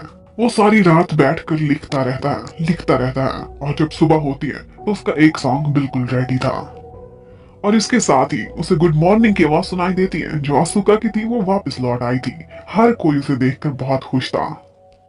असुका सागा को थैंक्स भी करती है उसके लिए कबर्ड ठीक कराने के लिए। अब उसके बाद जब शाम को वो छत पर काम कर रही थी तो सागा ऊपर आता है। असुका वहां से जाने लगती है कि शायद ये प्रैक्टिस करने के लिए आया है, लेकिन वो उसे बुलाकर अपने पास बिठाता है। कहता है, मैं गाना लिख चुका हूँ और तुम्हें वो पहली इंसान हो जिसे मैं लव सॉन्ग सुनाना चाहता हूँ। वो गाना बहुत औसम था, प्रेसिडेंट को भी बहुत पसंद आता है और उसके सारे साथ के बॉयज को भी। उसके बाद वो लोग वो गाना रिकॉर्ड करा देते हैं। उन्हें बहुत उम्मीदें थी कि इस गाने के बाद उनकी रैंकिंग बहुत अप जाएगी और इसकी काफी सारी पब्लिसिटी भी की गई थी। सुका को भी वो गाना दिल को छू गया था। जब भी वो ये गाना सुनती थी सागा उसे देखता रहता था। नारू ने एक दफा पूछा था सागा से कि क्या तुम आसुका को लाइक करते हो। वो आज जवाब देता है, कहता है कि मुझे सिर्फ इतना ही पता चला है, वो मेरे लिए स्पेशल है और अब मैं न्यूट्रल नहीं हूँ। अब फाइनली वो दिन आ जाता है जब बॉयज बैंड्स की रैंकिंग का रिजल्ट आता है। रैंकिंग अपडेट हुई थी, हर किसी की दिल की धड़कनें तेज थी। आसुका को भी घर पर कॉल आती है रैंकिंग के बारे में बताने के लिए। वो घबरा गई थी और बहुत नर्वस थी। और फिर उसे पता चलता है कि उनका सॉन्ग मेलोडी नंबर 87 पर है। रैंकिंग काफी बिलो थी। सब बॉयज एकदम उदास हो जाते हैं। वो सोचते हैं कि थोड़ा ही अरसा बचा है, हम इतना ऊपर कैसे जाएंगे, कैसे नंबर 1 पर आएंगे। लेकिन अगर कोई अभी भी ऑप्टिमिस्टिक था तो वो थी आसुका। वो कहती है कि अभी भी हमारे पास समय है, हम कोशिश करेंगे, हिम्मत नहीं हारेंगे। कोसाका का भी यही ख्याल था। वो कहती है, मैं हर हद तक जाऊंगी इन बॉयज को नंबर 1 लाने के लिए। आसुका को पता था कि बॉयज एकदम उदास बैठे होंगे। वो फौरन से उनके लिए एक अच्छा सा लंच प्रिपेयर करके लाती है। वो अपनी तरफ से हर कोशिश करती है ताकि उन बॉयज को चीयर अप कर सके। उसी समय सागा खड़ा होता है और कहता है कि अभी भी हमारे पास टाइम है, हम हिम्मत नहीं हारेंगे। और वो सभी बॉयज फिर मिलकर अपने लिए आइडिया सोचने लगते हैं कि किस तरह से वो रैंकिंग में अप हो सकते हैं। उन्होंने यही फैसला किया था कि अपना कॉन्ट्रैक्ट रिन्यू करने के लिए आखिरी बॉल तक लड़ेंगे। अब लंच के साथ ड्रिंक्स लेने के लिए नारू और सागा जाते हैं। नारू उससे कहता है, तुमने लास्ट टाइम क्या कहा था, असुका मेरे लिए स्पेशल है, क्या तुम उसे लाइक करने लगे हो, प्यार में पड़ गए हो। लेकिन सागा कहता है, ऐसी बात मैंने नहीं बोली, मैंने सिर्फ इतना कहा है कि अब मैं न्यूट्रल नहीं हूँ। इतने में वो याद करने लगता है कि जब आसुका वापस आई थी तो उसने उससे वही हक की बात की थी और कहती है कि वो मेकअप हग बहुत लवली और बहुत क्यूट थी। लेकिन सागा ये सुनकर शर्मा जाता है और अब भी वो टाइम याद करके वो ब्लश कर रहा था। लेकिन वो नारू को कहता है कि ज्यादा खुश होने की कोई जरूरत नहीं, मेरी कोई प्रोग्रेस नहीं हुई। अब थोड़े दिनों बाद मार्केट में आसुका को नाव नजर आती है। नाव तो उसे इग्नोर करके गुजरना चाहती थी, लेकिन आसुका उसे बुला लेती है। एक्चुअली नाव उससे जेलस हो रही थी क्योंकि उसे पता चल गया था कि सागा इसकी केयर करता है और इसी के लिए उसने उसे कबर्ड बनवाई थी। वो सागा को लाइक करती थी, दो गर्ल्स एक लड़के को लाइक करें, अब जेलसी तो पैदा होगी ना। यहाँ पर नाव आसुका के थ्रू सागा को एक मैसेज भेजती है और कहती है कि मैंने उसका एक छोटा सा काम किया था, उससे कहना मैं थैंक यू गिफ्ट का वेट कर रही हूँ। उधर सागा घर पर परेशान बैठा हुआ था। वहीं पर ही उसे बैंड मेंबर तकारा की डायरी नजर आती है। तकारा ने आजकल बैंड की लीडरशिप संभाली हुई थी और वो सारों के पॉजिटिव पॉइंट्स और खूबियां अपनी डायरी में नोट करता था ताकि सबकी स्ट्रेंथ उसे पता चले। लेकिन उसका जो अपना नाम था उसके नीचे उसने कोई भी खूबी नहीं लिखी हुई थी। वो कहता है कि आप सब लोग बहुत क्वालिफाइड हो, कोई ना कोई क्वालिटीज हैं, लेकिन मुझ में शायद कोई भी नहीं है। मैं किसी काम में भी अच्छा नहीं हूँ। वो खुद को बाकी 6 मेंबर्स से हमेशा नीचा ही समझता था और इसी वजह से उसे अपनी खूबियां कभी नजर ही नहीं आई थी। इतने में उन्हें पता चलता है कि कोसाका वहां पर आई हुई है और वो उन बॉयज के लिए एक बहुत बड़ी न्यूज लेकर आई थी। उन्हें अपना पहला लाइव कॉन्सर्ट मिल रहा था। उस कॉन्सर्ट में वो अपने 2 सॉन्ग्स गाएंगे, एक वो लव सॉन्ग जिसका नाम मेलोडी था और दूसरा उनका सबसे पहला सॉन्ग जिसका नाम कम अगेन था। उन बॉयज को तो ऐसे लग रहा था कि जैसे उनको एक नई लाइफ मिल गई हो। उनके पास एक और अपॉर्चुनिटी थी और वो बहुत बड़ी थी। अगर उनका कॉन्सर्ट हिट जाता तो वो लोग नंबर 1 पॉइंट तक पहुंच सकते थे। अब वो सभी खुश हो जाते हैं और अपने कॉन्सर्ट के लिए स्ट्रेटेजी बनाने लगते हैं कि किस तरह से उन्होंने कोरियोग्राफी करनी है, कैसे कैसे परफॉर्म करना है। यहाँ पर आसूका खड़े खड़े उनको एक आइडिया देती है। सोलो परफॉर्मेंस के साथ साथ वो उनको पेयर डांस का भी आइडिया देती है जो सबको काफी पसंद आता है।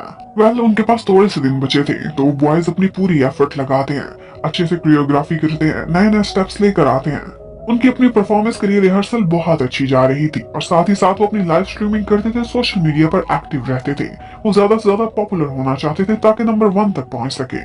लाइव स्ट्रीमिंग के बीच वो लोग बहुत सी इंटरेस्टिंग हरकतें करते हैं। एक दफा नारू सागा से क्वेश्चन करता है लाइव स्ट्रीमिंग में तुम्हें किस तरह की लड़की पसंद है, और ये सुनते ही उसके माइंड में सिर्फ आसूका आई थी, लेकिन वो खामोश रहता है। अब कुछ बॉयज कभी कभी रेडियो पे प्रोग्राम करने जाते थे ताकि पॉपुलैरिटी इंक्रीज कर सकें, और वहीं पर ही चैनी के एक मेंबर के साथ जिसकी हमेशा राइवलरी रहती है, इजी और यूजू हमेशा लड़ाई भी वहां पर करते रहते हैं शो के बीचों बीच। अब डे टू डे जब वो अपनी रैंकिंग पर नजर डालते थे तो उनकी काफी इंप्रूवमेंट आ रही थी। वो 60s में तो पहुंच चुके थे। अब वो दिन आ जाता है जब उनके कॉन्सर्ट में सिर्फ 2 दिन बाकी बचे थे। उन्होंने हर तरह से अपनी रिहर्सल करके तैयारी पूरी कर ली थी, लेकिन यहाँ पर एक मसला था। तकारा के पैर में चोट लगी हुई थी। ओवरवर्क कर लिया था उसने, लेकिन वो बाकी सबसे छुपा रहा था। उधर आसूका सागा के पास आती है और उसे नाओ का मैसेज दिया था। उससे पूछती है क्या तुमने उसे कोई गिफ्ट नहीं दिया अभी तक, और आइडियाज देने लगती है कि बहुत से क्यूट गिफ्ट्स होते हैं, लड़कियों को पसंद आते हैं, तुम कुछ भी दे सकते हो। लेकिन सागा कहता है मैं बहुत बिजी हूँ, मेरे पास समय ही नहीं है, और अगर समय हुआ भी सही तो कोई और स्पेशल इंसान है जिसके साथ मैं वो टाइम बिताना चाहूंगा, नाउ नहीं। सुका बहुत इनोसेंट थी। सागा उसके बारे में बात कर रहा था, उसे पता भी नहीं था।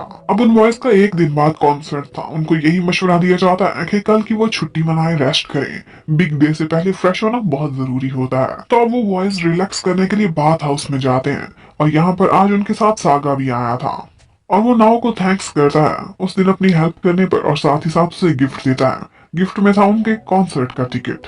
नाव खुश हो जाती है, कहती है शॉर्ट नोटिस पर दिया है एक दिन पहले, लेकिन फिर भी मैं जरूर आऊंगी। लेकिन उसी समय उनके बीचों बीच इजी आ जाता है जिसका नाव पर क्रश था, और वो कहने लगता है सागा को कि इसके बारे में सोचना भी मत। लेकिन सागा को तो वाकई कोई इंटरेस्ट नहीं था। उधर टकारा जब घर वापस जा रहा होता है तो उसी समय उसकी इंजरी में ज्यादा पेन होना स्टार्ट हो जाती है।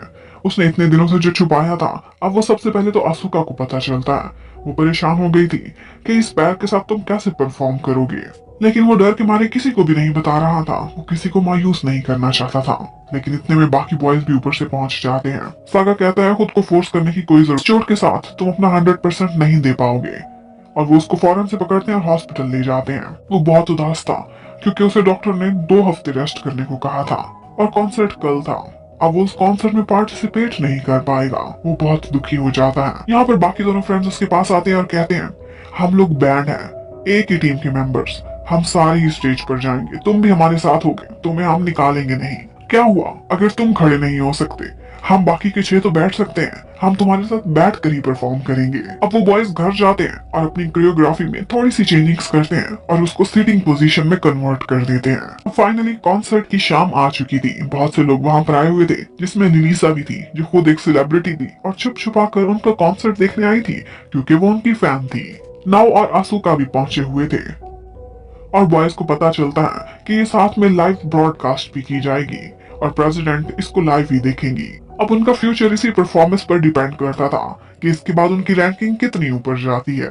वेल, अब उन बॉयज की स्टेज पर एंट्री होती है। वो सब लोग चेयर्स पर बैठे हुए थे और वो सबको बताते हैं कि एक्चुअली टकारा के साथ कौन सा हादसा हुआ था जिसकी वजह से उन्होंने कोरियोग्राफी को चेंज किया है।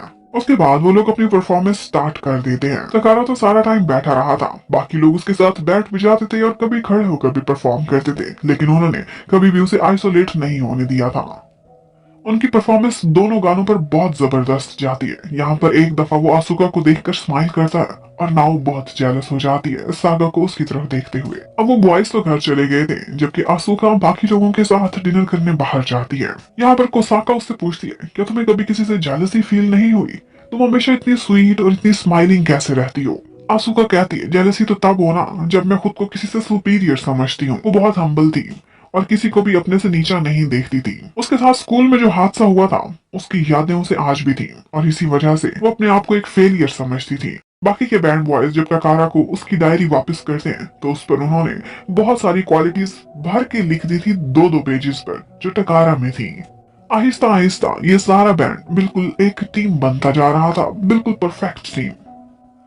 अब नेक्स्ट डे लास्ट डे था और रैंकिंग अपडेट होनी थी। आसुका बहुत डर जाती है, आहिस्ता आहिस्ता लिस्ट में ऊपर जाती है। जब देखती है तो उनका मेलोडी सॉन्ग नंबर 3 पर खड़ा हुआ था। ये देखकर वो उदास हो गई थी। साथ ही में सागा की कॉल आती है। वो रो पड़ती है, लेकिन रोते रोते से कह रही थी, कोई बात नहीं, लाइफ यहाँ खत्म नहीं होती। लेकिन सागा उससे कहता है, क्या तुमने देखा है रैंकिंग में अच्छे से? और फिर हमें पता चलता है कि उनका मेलोडी सॉन्ग तो तीसरे नंबर पर था, लेकिन कम अगेन फर्स्ट आया था। वो लोग रैंकिंग में टॉप पर थे, उनका गोल अचीव हो चुका था। सागा उससे कहता है, मैं अभी के अभी तुम्हें देखना चाहता हूँ। और फिर वो दौड़ता हुआ सीधा घर की तरफ आने लगता है। आसुका भी एकदम रेडी होकर बाहर गेट पर ही खड़ी हुई थी। वो दोनों एक दूसरे के आमने सामने आते हैं, लेकिन सागा उसकी तरफ आगे बढ़ता उससे पहले ही नाव आकर उसको हक कर लेती है और कांग्रेस करने लगती है। वो जाते जाते नाव को क्लियर करता जाता है कि देखो, तुम मुझे अच्छी लगती हो, लेकिन उस सेंस में नहीं, इसलिए प्लीज कोई उम्मीदें ना रखना। अब वो दौड़ता हुआ सीधा जाता है आसुका के करीब और उससे ये सब कुछ एक्सप्लेन करने की कोशिश करता है। कहता है कि प्लीज कोई मिसअंडरस्टैंडिंग अपने दिल में ना लेना, मैं नाव के लिए कोई फीलिंग्स नहीं रखता और तुम्हें नॉर्मल होने का प्रिटेंड करने की कोई जरूरत नहीं। सारे काम छोड़ो और मेरी तरफ देखो। और लगता था कि इसके बाद वो उसे अपनी सारी फीलिंग्स एक्सप्रेस करने ही वाला है कि ऊपर से सारे बॉयज पहुंच जाते हैं और कहते हैं कि हम घर आ गए। और आसुका उन साल को कांग्रेस करती है। उनका कॉन्ट्रैक्ट रिन्यू होने वाला था, हर कोई बहुत खुश था और इसमें आसुका को थैंक्स भी करते हैं क्योंकि उसका बहुत बड़ा हाथ था उनको इंकरेज करने में। अब ब्लूम्स का एरा स्टार्ट होने वाला था। उन लोगों को बहुत सारे इंटरव्यूज और शोज में बुलाया जाता है। इतने सारे कॉन्सर्ट्स भी उनको मिलते हैं क्योंकि वो नंबर 1 बैंड बन चुके थे स्ट्रीमिंग में। उन्हें थोड़े दिनों के लिए अपने इस घर से मूव करना पड़ेगा और जाते जाते सागा आसुका को कहता है कि जो बात हमारी बीच में रह गई है, जब मैं फारिग होकर आऊंगा मेरा वेट करना, मैं बहुत अच्छे से सारा कुछ सेटल करूंगा। फिर हमें दिखाते हैं कि इसी तरह से 3 महीने बीत चुके हैं। ब्लूम्स बहुत बड़ी सेलिब्रिटी बन चुके हैं जापान में। उनको इतना सारा काम मिलता है कि उनको फुर्सत भी नहीं मिलती थी अपने घर लौटने की। वो कभी फोटो शूट कर रहे होते थे, कभी किसी मैगजीन को इंटरव्यू दे रहे होते थे, तो कभी ब्रांड एम्बेसडर बने थे। उनका कॉन्ट्रैक्ट रिन्यू हो जाता है और कोसाका कहती है कि ये एक बिगनिंग है, एंडिंग नहीं। यहाँ से ब्लूम्स की तरक्कियों का एक नया चैप्टर स्टार्ट होगा। एक दफा उनका एक इंटरव्यू हो रहा होता है। उसी बीच उनके एक मेंबर यूकी के मुंह से निकल जाता है कि हमारा एक 8वां मेंबर था, आई विश कि वो आज भी हमारे साथ होता। लेकिन बाकी सारे मेंबर्स उसे चुप करा देते हैं। यहाँ पर हमें ये भी पता चलता है कि 3 महीने से उनमें सबसे ज्यादा बिजी सागा था, जो उनके लिए नए गाने लिख रहा था। आसुका तो आजकल ज्यादातर टाइम फ्री ही रहती थी क्योंकि बॉयज ने हॉस्टल में वापस आना ही नहीं होता था। वो अक्सर समय अपनी सिस्टर के साथ बिताती थी। यहाँ पर उसकी सिस्टर उसे बातों बातों में कहती है कि क्या सागा के साथ तुम्हारा रिलेशनशिप कोई आगे बढ़ा, कोई प्रोग्रेस तो हुई होगी। आसुका हैरान थी। फिर हमें पता चलता है कि उसकी सिस्टर ने उन दोनों को हक करते हुए देख लिया था। वो कहती है वो बहुत क्यूट हक था। लेकिन आसुका कहती है कि ये ब्लूम्स के लिए, स्पेशली सागा के लिए बहुत क्रूशियल टाइम है। मैं उसे डिस्ट्रैक्ट नहीं करना चाहती। वैसे भी मेरी औकात ही क्या है, वो इतनी बड़ी सेलिब्रिटी और मैं सिर्फ एक मेड। अब जब वो घर वापस आती है तो देखती है कि एक केक उसके घर के बाहर बिखरा पड़ा है। ये किसने किया था ये तो पता नहीं चलता। अब थोड़ी देर बाद कुछ बॉयज तो घर वापस आ जाते हैं, बाकी सारे लेट थे। यहाँ पर यूकी आसुका को बताता है कि आजकल नाव बहुत गुस्से में होती है, उसका मूड खराब होता है क्योंकि तकरीबन 3 महीने हो चुके सागा बाथ हाउस पर कभी आया ही नहीं है। उसने उसकी शक्ल भी नहीं देखी। और फिर आसुका को पता चलता है कि उन बॉयज की नेक्स्ट परफॉर्मेंस सागा के स्कूल में है। वो वहां पर एक कॉन्सर्ट करेंगे। इसी स्कूल में तो आसुका ने भी पढ़ा था। वो लोग उसे इन्वाइट करते हैं कि तुम भी वहां जरूर आना। लेकिन वहां से आसुका की अच्छी यादें नहीं जुड़ी हुई थी। वो स्कूल को छोड़कर भाग गई थी। वो उनसे एक्सक्यूज कर लेती है और इसके बाद युकी बताता है कि मैंने अपने 8वें मेंबर रोयुस्की को भी मैसेज किए हैं और उसने मुझे रिप्लाई किया है। वो कहता है कि मैं भी स्कूल में कॉन्सर्ट देखने जरूर आऊंगा। लेकिन एक और मेंबर ऊपर से आता है, उसे ये बात बिल्कुल भी अच्छी नहीं लगी थी। वो कहता है कि रोयुस्की का अब हमसे कोई रिश्ता नहीं, वो हमें छोड़कर चला गया था, अब तुम उसे क्यों बुलाते हो। और इसी बात पर उन दोनों बॉयज की आपस में लड़ाई हो जाती है। वह आसुका को पता चलता है कि सागा भी आज घर आने वाला है और वो चाहता है कि आसुका के हाथ का डिनर खाए। फ्रिज में कुछ नहीं पड़ा था, वो ग्रोसरीज लेने के लिए बाहर भाग जाती है। बीचों बीच रेन आ गई थी और इस बारिश में कोई उसे बचाने के लिए पहुंच जाता है और वो कोई और नहीं बल्कि सागा था। उससे कहता है कि तुम एहतियात क्यों नहीं करती, अम्ब्रेला नहीं लेकर आई। अब आसुका तो बहुत शर्मा रही थी, बार बार उसके छाते से निकलने की कोशिश करती है लेकिन वो उसे वापस अंदर बुला लेता है। यहाँ पर युस्की की बात होती है तो सागा उसे कहता है कि ये वही लड़का था जो हर वक्त क्लास में मेरे साथ बैठा करता था, वो उसका हाई स्कूल फ्रेंड था। और उसके बताने पर रुयुस्की आसुका को भी याद आ जाता है, वो उनकी टीचर रही थी। आसुका एक्सक्यूज कर दिया कि तुम लोगों का वो परफॉर्मेंस जो स्कूल में होगा वो मैं देखने के लिए नहीं आ पाऊंगी। तो आगे से सागा कहता है तुम्हारी खातिर हम लाइव स्ट्रीम कर देंगे, तुम जरूर देखना उसे।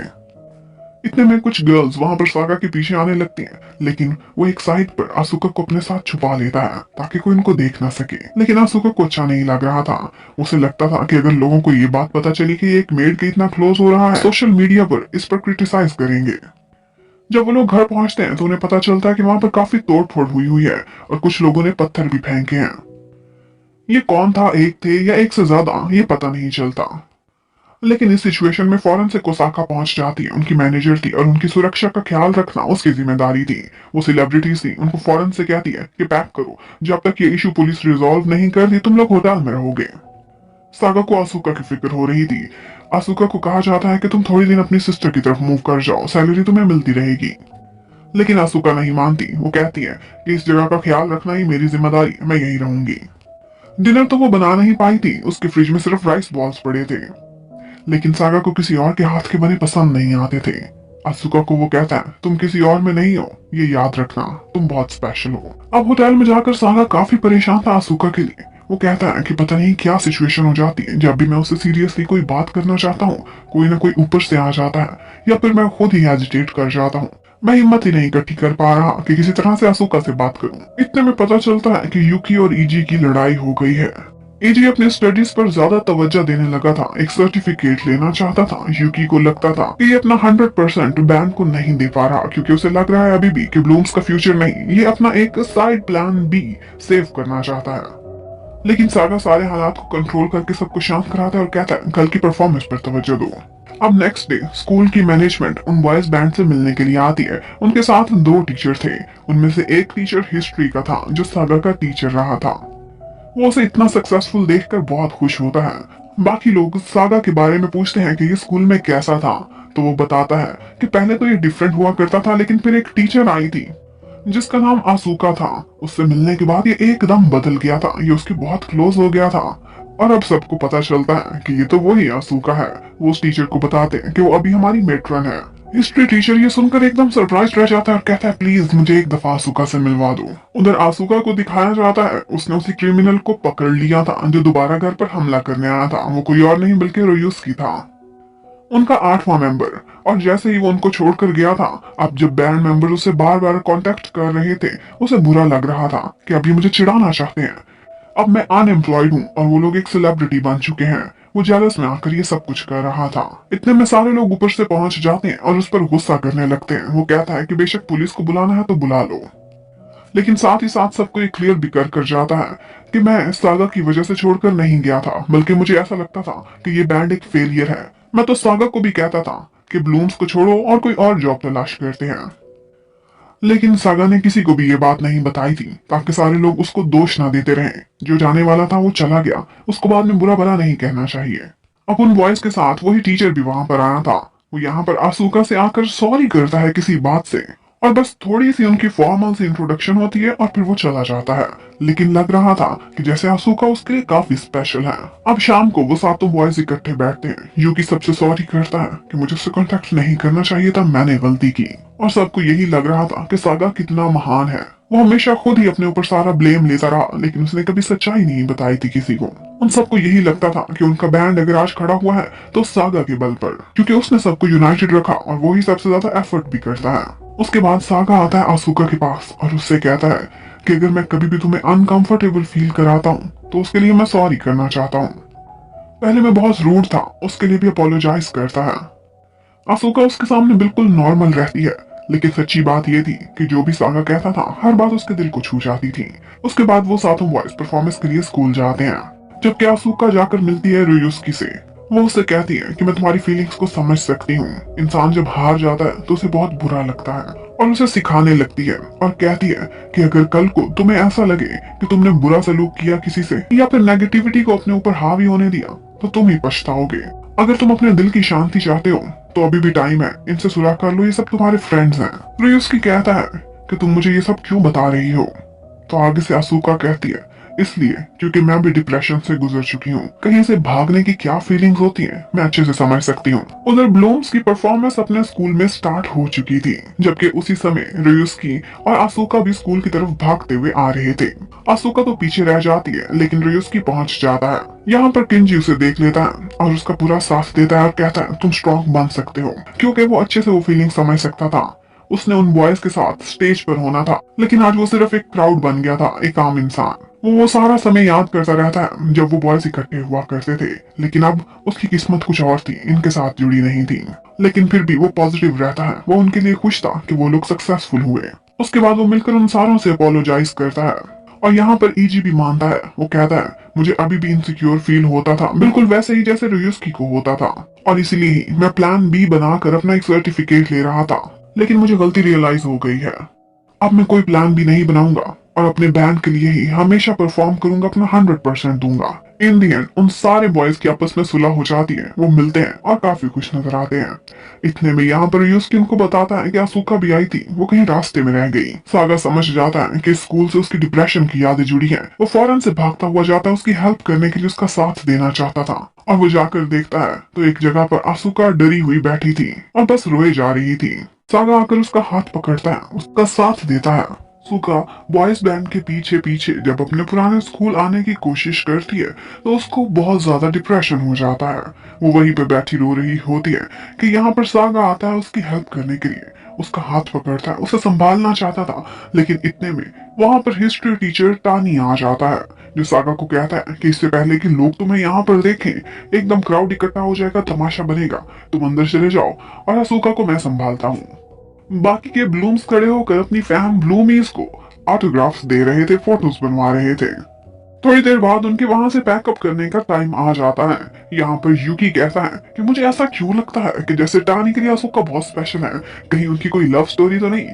और ये सुनकर सागा को बहुत जेलसी होती है। एक्चुअली टीचर टानी बहुत स्वीट था, और जब वो आसुका के साथ जॉब किया करता था वो तब से ही देख रहा था कि लड़की बहुत काइंड है, और इसके साथ एक मिसहैप हुआ है। उसे उससे बहुत सिंपथीज थी और आज वो उसे घर ड्रॉप करने जाता है। अब रात के टाइम अपना सारा काम खत्म करके जब बॉयज घर वापस पहुंचते हैं तो आसुका पहले से ही बिल्कुल चीयर अप खड़ी हुई थी। वो उनका अच्छा सा वेलकम करती है। उसने एक छोटा सा केक भी बनाया था उनके लिए सरप्राइज देने के लिए, क्योंकि उनका नया गाना जो आज उन्होंने उस कॉन्सर्ट में गाया था वो फिर से ट्रेंडिंग पर था, नंबर 1 पर स्ट्रीम हो रहा था। सागा बहुत हैरान था कि किस तरह से अपनी परेशानी भुला फिर से हमारे लिए काम पर लग चुकी है।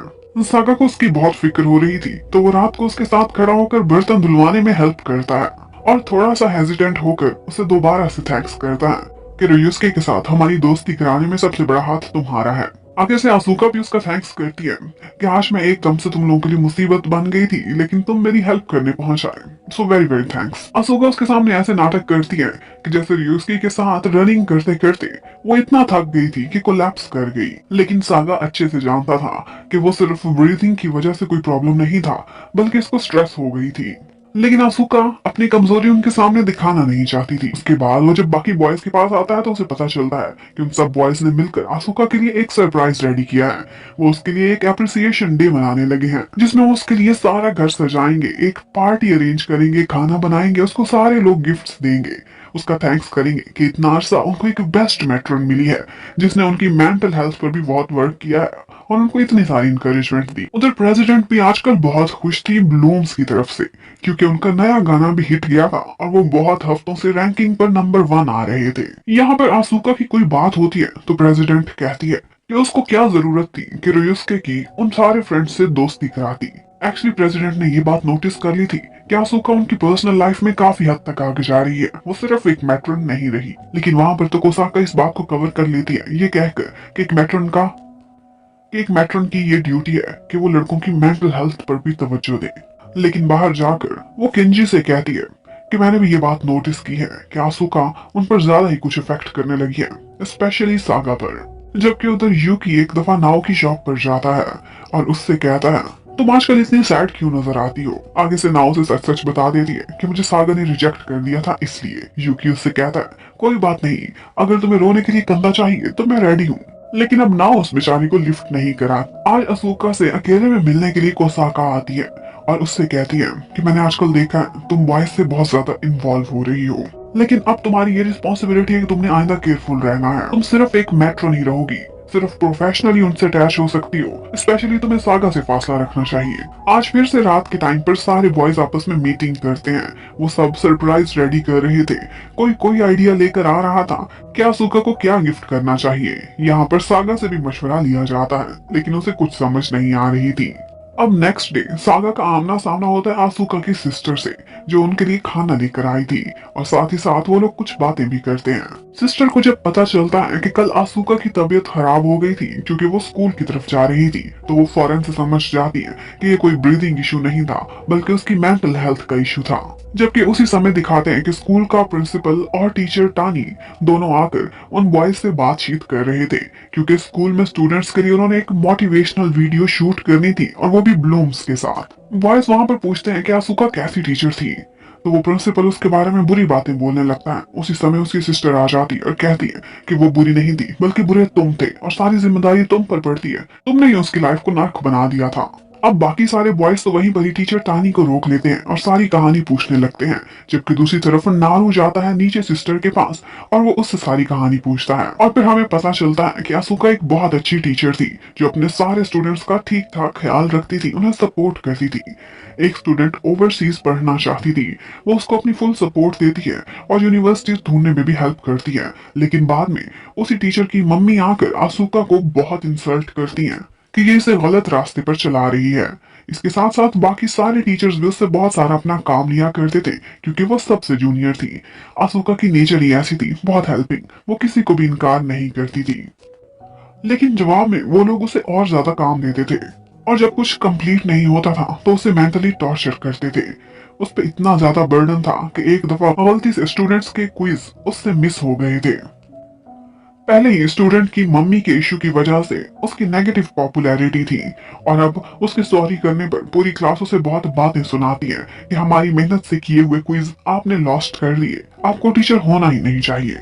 उस बेचारी ने तो अपना 100% दिया था, हर किसी से अच्छा बर्ताव किया था, लेकिन बदले में उसे बहुत नफरत मिलती है।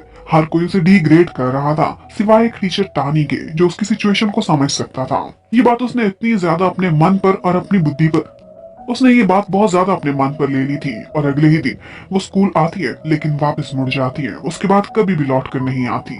सिस्टर बताती है कि उसे पूरा 1 साल डिप्रेशन की मेडिसिन लेनी पड़ी थी और फिर उसने टीचर बनने का सपना छोड़कर मेरे साथ रेस्टोरेंट चलाना स्टार्ट कर दिया था। अब सारे बॉयज को बहुत ज्यादा हमदर्दी होने लगती है आसूका से, लेकिन सागा कहता है कोई भी उसको ये बात फील नहीं कराएगा। अगर कोई आप लोगों से सिंपैथी शो करे तो आपको कैसा लगेगा, अच्छा या बुरा? हम आसूका को डाउन नहीं होने देंगे और जैसे पहले ही उसके लिए सरप्राइज रेडी कर रहे हैं बिल्कुल वैसे ही करेंगे। अब वो बॉयज किसी बहाने से आसूका को बाहर भेजकर घर को अच्छे से डेकोरेट करते हैं और उसको एक सरप्राइज देते हैं। हर किसी ने उसके लिए बहुत कुछ किया था, सारे लोग एक एक करके उसे गिफ्ट देते हैं। एक केक भी बनाया गया था, लेकिन बस एक सागा ही रह गया था जिसे एंड तक समझ नहीं आई थी कि वो आसूका को क्या गिफ्ट दे। आज आसूका बहुत स्पेशल फील कर रही थी। जब से वो इन बॉयज के साथ रहने लगी थी, मैट्रन की जॉब कर रही थी, उसका डिप्रेशन दिन ब दिन कम होता जा रहा था। वो हंसने लगी थी, उनके साथ खेलने लगी थी। आसूका कहती है कि मुझसे छुपाने की तुम लोग कोशिश कर रहे हो, लेकिन सिस्टर ने मुझे सब कुछ बता दिया है। आप लोगों को मेरे स्कूल वाला हादसा पता चल चुका है। वो कहती है चलो जो होना था वो हो गया, अच्छा ही हुआ। अगर मैं टीचर रहती तो तुम लोगों की मैट्रन कैसे बनती। और बताती है कि अब वो इस काम से बहुत खुश है और बताने लगती है कि मेरे नाम का मीनिंग क्या है। वो मीनिंग यही था, मुरझाए हुए को दोबारा से ब्लूम करना। ये बात आज भी सागा को अच्छे से याद थी, उसके दिल पर लिखी हुई थी। वो बताती है कि कल रियुस्के के साथ भागते भागते जब मैं रुकी थी तो एक्चुअली तुम लोगों की लाइव स्ट्रीम ही देख रही थी और उसमें उसने सुना था कि सागा ने अपने नए गाने का सारा क्रेडिट आसूका को ही दिया था, क्योंकि वो एक मोटिवेशनल गाना था। और उसको मोटिवेशन किसने दी थी? इसी स्कूल की एक टीचर ने। आसूका को उसने नाम तो नहीं लिया था, लेकिन क्रेडिट उसको दिया था कि मैं आज एक आइडल हूँ तो सिर्फ और सिर्फ उस टीचर की वजह से। ये बात आसूका को बहुत स्पेशल लगी थी और वो वहीं से भागना स्टार्ट कर देती है ताकि लाइव ये कॉन्सर्ट देख सके। लेकिन जैसे ही स्कूल के सामने वो पहुंची थी, उसे फिर से डिप्रेशन होने लगा था। उसके कदम जम गए थे, वो अंदर जा ही नहीं सकी थी। वो कहती है शायद मैं बहुत स्टूपिड हूँ, उल्टी सीधी हरकतें मुझसे हो जाती हैं। लेकिन सागा कहता है आइंदा से कभी खुद को स्टूपिड नहीं बोलना। तुम ऑसम हो, बल्कि तुम बेस्ट हो और हमारे लिए हमेशा बेस्ट रहोगी। तुम क्यों इतना काम करती हो? क्यों अपना 100% हर टाइम पर देती रहती हो, चाहे तुम खुद ही बीमार क्यों ना हो जाओ? आइंदा से तुमने अपनी हिम्मत से बढ़कर कभी एफर्ट नहीं करनी। ये बात करते हुए वो बहुत इमोशनल हो गया था। और वहाँ के सातों लड़के आसूका को अपनी फुल सपोर्ट शो करते हैं और उसे बताते हैं कि वो कितनी अच्छी और कितनी स्पेशल है। आसूका के लिए आज लाइफ का बेस्ट डे था, इतने अच्छे लोग उसे मिलते हैं। वो वहाँ पर शाम को खड़ी ड्रिंक कर रही होती है कि सागा ऊपर से आता है। वो उससे कहता है कि सॉरी, मैं तुम्हारे लिए कोई गिफ्ट नहीं लेकर आया। मैं बहुत देर सोचता रहा गिफ्ट के बारे में भी और तुम्हारे बारे में भी। और फिर उसे खींच कर अपने क्लोज करता है और कहता है आई लाइक यू आसूका। और फिर उसके हैंड पर A+ बनाता है और कहता है कि मेरी तरफ से तुम्हें A+ मिला। आइंदा तुम दूसरों की खातिर खुद को कभी स्ट्रेस नहीं दोगी, ये वादा करो मुझसे, क्योंकि तुम मेरे लिए बहुत स्पेशल हो। वो दोनों खड़े हुए थे कि उनको नारू देख लेता है। दिखाया जाता है कि ब्लूम्स का एक नया गाना रिलीज हुआ है जो कि पहले गानों की तरह से बहुत जबरदस्त रहता है रैंकिंग में। और वो एक शो में वही गाना परफॉर्म कर रहे होते हैं। न सिर्फ उनकी सिंगिंग बल्कि उनकी परफॉर्मेंस, हर चीज ऑडियंस का दिल जीते जा रही थी। वो डे बाय डे पॉपुलर होते चले जा रहे थे और उनकी इस पॉपुलैरिटी को आसूका भी बहुत इंजॉय करती है। वो भी यही टीवी शो अपने टीवी पर देख रही होती है। ब्लूम्स आजकल बहुत खुश थे, उन्होंने अपने सारे सपने अचीव कर लिए थे। वो कहते हैं कि अगर आज हम ट्रेंडिंग पर हैं तो सिर्फ ब्लूमीज की वजह से। जो हमारे फैन हैं हम उनसे बहुत प्यार करते हैं। और तो और मजे की बात ये थी कि उनका आज का सॉन्ग नंबर 1 पर ट्रेंड हो रहा था, जबकि चैनी के यूजो की बर्थडे नंबर 4 पर थी। लेकिन नारू थोड़ा सा अपसेट दिखाई दे रहा था। फिर हमें फ्लैशबैक में दिखाते हैं कि उसने कल छत पर मिलते हुए देखा था आसूका को और उसके साथ सागा को।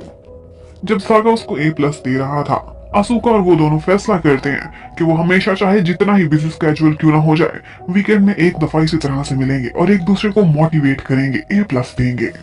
वो दोनों तो बहुत खुश नजर आ रहे थे, लेकिन नारू थोड़ा सैड हो गया था। उसके बाद आसूका को आज टीचर टानी ने एक जगह पर मिलने के लिए बुलाया था।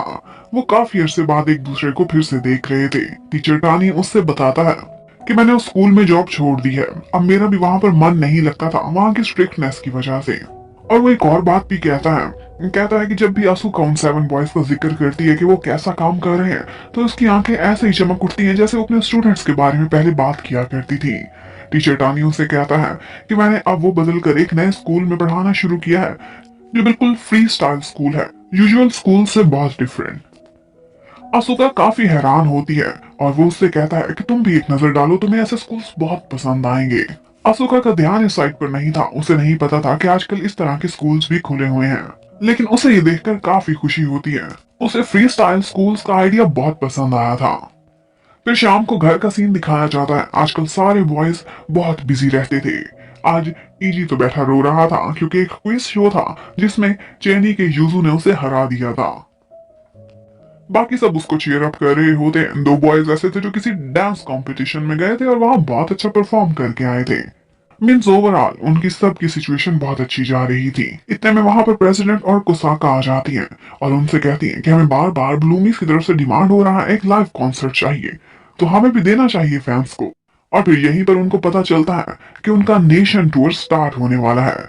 वो पूरे जापान में अब अपने कॉन्सर्ट्स करेंगे और जिसका स्टार्ट होगा एक कॉन्सर्ट से जो कि टोक्यो के सबसे बड़े एवेन्यू में होने वाला था। ब्लूम्स ये सुनकर बहुत खुश हो जाते हैं, उनका सबसे बड़ा सपना आज पूरा होने वाला था। और इसके साथ ही प्रेसिडेंट आसूका के पास आती है और उससे कहती है कि याद है तुमने मुझे 1000 ब्लूमीज इकट्ठा करने का चैलेंज किया था? 1000 नहीं, अब तो पता नहीं कितने थाउजेंड हो चुके हैं। वेल, मैं तुम्हारे काम से बहुत खुश हूँ, तुम एक अच्छी मेट्रन साबित हुई हो। उन्होंने बहुत मीनिंगफुल वर्ड्स में उसकी तारीफ की थी। आसुका खुश हो जाती है। उसके बाद एक वीक और गुजर गया था और सागा और आसुका के मिलने का टाइम आ गया था। वो दोनों छत पर बैठे एक दूसरे को A+ दे रहे थे, मोटिवेट कर रहे थे, टाइम स्पेंड कर रहे थे। वो दोनों एक दूसरे के साथ बहुत खुश नजर आते हैं। वो सारा टाइम तो बिजी रहते थे, तो आसुका उसे सब कुछ बताती है कि यह हफ्ता उसका कैसे गुजरा और उसने क्या क्या नया देखा। वो ब्लूम्स की सक्सेस से बिल्कुल इसी तरह खुश थी जैसे अपने किसी स्टूडेंट की सक्सेस से होते हैं। नारू बैंड में होने के साथ साथ अभी अपनी स्टडीज भी करता था। एक दिन वो होमवर्क कर रहा होता है तो आसुका उसकी एक गलती भी निकालती है। आसुका बहुत स्वीट थी, उसे उसकी स्टडीज के लिए भी मोटिवेट करती है, लेकिन वो देखती है कि नारू आजकल बहुत अंडर प्रेशर है। अब नारू को ये परेशानी शुरू हो जाती है कि बाकी सब में तो बहुत फैसिनेटिंग टैलेंट्स हैं, लेकिन मुझ में कुछ भी ऐसा खास नहीं जो आउटस्टैंडिंग हो। इसलिए मैं हर फील्ड में मेहनत करता रहता हूँ। आसुका उससे पूछती है, तुम सबसे ज्यादा एंजॉय किस चीज को करते हो? वो बताता है कि पहले मुझे वीडियोस बनाने का शौक हुआ करता था, मैं डायरेक्टर बनना चाहता था। इसकी स्टडीज को भी मैं बहुत एंजॉय करता हूँ। आसुका उससे कहती है, बस फिर अगर कोई प्लान ना हो तो वही करना चाहिए जो इंसान एंजॉय करता है। तुम क्यों नहीं इसके कोर्सेज लेते, क्यों नहीं इसमें ट्राई करते? आसुका नारू के साथ काफी खुश बैठी हुई होती है। ऊपर से सागा आता है और वो जब नहाने जाता है तो उसका मुंह काफी बन जाता है। अब नारू सागा के पीछे पीछे आता है और उससे कहता है, तुम ऑब्वियस जेलस नजर आ रहे हो, जेलस टाइप के हो ना? सागा तो शॉक्ड रह जाता है। वो उससे कहता है कि मैंने पिछली दफा तुम लोगों को छत पर बातें करते हुए सुन लिया था। मुझे तो कोई प्रॉब्लम नहीं, मैं तो तुम दोनों को सपोर्ट करता हूँ। लेकिन अगर घर में से किसी और ने तुम्हारे फेस पर इस तरह की जेलसी देख ली तो सब पहचान जाएंगे, और अगर मेरे अलावा कोई और हुआ तो बहुत बड़ा ड्रामा क्रिएट होगा। कोई एक्सेप्ट नहीं करेगा कि तुम्हारा हमारी मेट्रॉन के साथ चक्कर चल रहा है। सागा ने भी देख लिया था कि थोड़े दिनों से नारू परेशान है, और वो उसके फोन पर एक दिन देखता है तो उसकी नजर पड़ती है कि ये वीडियो एडिटिंग और डायरेक्शन के बारे में सर्च कर रहा है। ये प्रोफेशनल डायरेक्टर भी बनना चाहता है। तो अब नेक्स्ट डे उनके ऑफिस में वो लोग यही प्लान कर रहे होते हैं कि किस तरह से उनके नए आने वाले कॉन्सर्ट्स की चेन को प्रमोट किया जाए। यहाँ पर सागा आइडिया देता है क्यों ना एक ऐसी म्यूजिक वीडियो बनाई जाए जो प्रमोशन करे, इस बल पर कि उसके डायरेक्टर भी हम में से कोई एक हो। ये काम काफी प्रोफेशनल होने वाला था। उनकी फिल्म मेकिंग टीम उनकी हेल्प करेगी, लेकिन कौन डायरेक्टर बनेगा? सागा फौरन से नारू के पास जाता है और कहता है, मुझे लगता है तुम कर सकते हो। अब नारू को उसकी पसंद की अपॉर्चुनिटी मिल रही थी। वो बहुत खुश हो जाता है और अपनी बेस्ट देने का कहता है। अब इसी तरह से काम स्टार्ट हो जाता है। नारू को एक्स्ट्रा वर्क करना पड़ता था, लेकिन ये काम उसकी पसंद का था, इसीलिए उसे खुशी होती थी। उनके आने वाले गाने की वीडियो बहुत मेच्योर होनी चाहिए, क्योंकि वो मेच्योरिटी से रिलेटेड ही एक लव सॉन्ग था। अब नारू फैसला करता है कि इसकी शूटिंग किसी नेचर वाली प्लेस पर की जाए, जैसा कि बीच वगैरह पर। अब इसी तरह से समय गुजरता चला जा रहा था। सागा एक दिन नजर डालता है तो सोचता है कि हम लोगों की किस्मत कितनी अच्छी रही है। थोड़े अरसे पहले हमें अपने फ्यूचर का पता ही नहीं था, और अब हम बहुत सक्सेसफुल हो रहे हैं। उसे यकीन ही नहीं आ रहा था कि ये एक सपना है कि हकीकत। वो एक दिन आसूका से आकर कहता है कि मुझे डर लगता है कभी कभी, इतना सुंदर और इतना परफेक्ट ये सब कैसे हो सकता है? इतनी ज्यादा सक्सेस हमें लाइन में मिल रही है, मैं डरता हूँ कि कहीं किसी दिन कुछ बुरा ना हो जाए। लेकिन आसूका उसको हिम्मत दिलाती है और उसको फिर से A+ दे रही होती है। अब सागा भी उसे A+ देने वाला था कि यहीं पर ही यूकी उनको देख लेता है, और वो देखते ही नीचे गिर जाता है। वो वहां पर सोने के लिए आया था क्योंकि नीचे सारे लोग शोर मचा रहे थे कुछ प्रैक्टिस करने के चक्कर में। लेकिन वो कहता है, मैं अभी सारों को जाकर बताता हूँ, मैं अनाउंस करने वाला हूँ। सारे ब्लूम्स को वो इकट्ठा कर लेता है और शोर मचाता है। अब सागा से हर कोई एक्सप्लेनेशन मांग रहा था। नारू कहता है, तुम्हारी किस्मत बहुत खराब है, तुम वर्स्ट मेंबर से पकड़े गए हो, ये पूरा स्पीकर है। अब वो लोग इसी बात से हैरान थे कि नारू को भी पता था। क्या ये सच है? सागा कहता है, ये सच है कि मैं आसूका को लाइक करता हूँ, लेकिन इससे ज्यादा और कुछ भी नहीं। बस हम एक दूसरे को इनकरेज करने जाते हैं, हम डेट नहीं कर रहे हैं अभी, ना ही हम कपल हैं। अब यूकी उससे पूछता है, क्या मतलब तुम दोनों ने डेट नहीं की, तुम लोगों ने किस भी नहीं की क्या? सागा शर्मा जाता है, कहता है ऐसा कुछ भी नहीं है। अब बाकी सारे मेंबर्स बहुत इंप्रेस होते हैं और कहते हैं, तुम लोगों का प्यार कितना प्योर है, लस्ट के बगैर। सागा सिर्फ और सिर्फ पॉजिटिव एनर्जी के लिए उसके पास जाता था, सिर्फ समय बिताता था। वो कहते हैं, हमें कोई भी प्रॉब्लम नहीं, हमें आसूका भी बहुत अच्छी लगती है, हम तुम दोनों के लिए बहुत खुश हैं। और इसके साथ साथ उनके इस प्योर और क्यूट से लव को वो अपनी बहुत सारी ब्लेसिंग्स भी देते हैं और विशेष भी। वो ये भी बोलते हैं कि हम इसे एक सीक्रेट रखेंगे। अब उसके बाद म्यूजिक वीडियो शूट करने का दिन आ जाता है। यूकी जाता है नाव के पास और उसे बताता है कि क्या तुम आज हमारी शूटिंग देखने के लिए आओगी, देखो हम बीच पर जा रहे हैं। लेकिन यूकी को लगता था कि अभी तक मूव ऑन नहीं कर सकी, लेकिन नाव कहती है कि मैं सागा को बुला चुकी हूँ। अब घर के बाहर बॉयज वेट कर रहे थे। केंजी ने उनके लिए वैन लेकर आनी थी, लेकिन आज केंजी बहुत अजीब तरीके से वैन चला रहा था। उनको डर लगता है कि कहीं हम ही ना ठोक दे।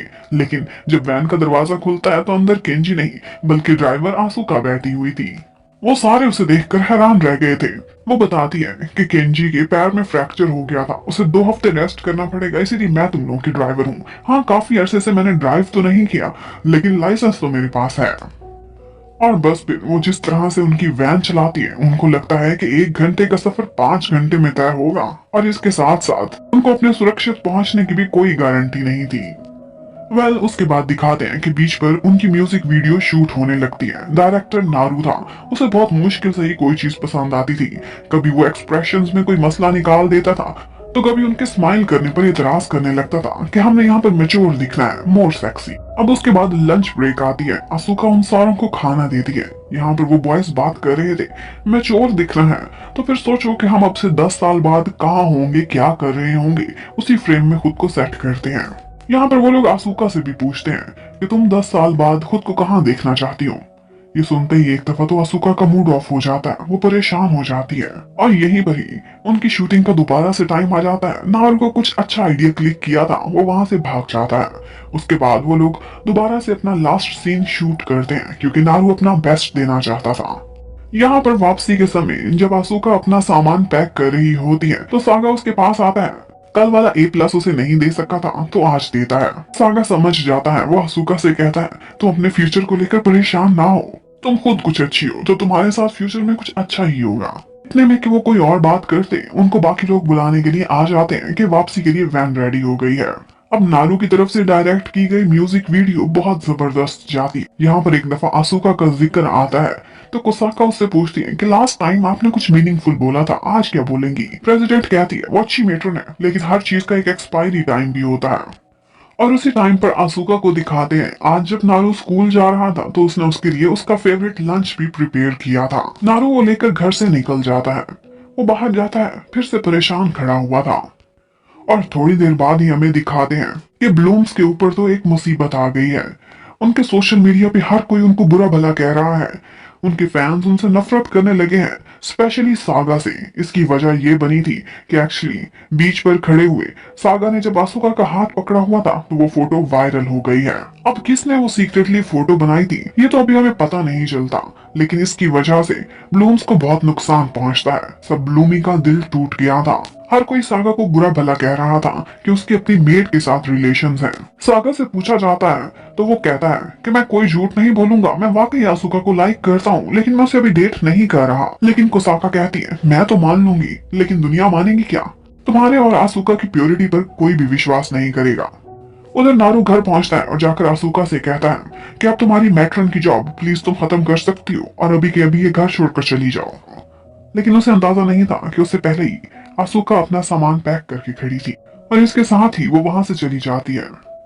उधर ब्लूम्स के ऑफिस के बाहर बहुत रश लगा हुआ था मीडिया का। हर कोई सागा को देखना चाहता था, सवाल करना चाहता था। लेकिन वो जब घर आता है, उसे आसूका का इंतजार था, उससे मिलेगा, लेकिन वहां वो थी ही नहीं।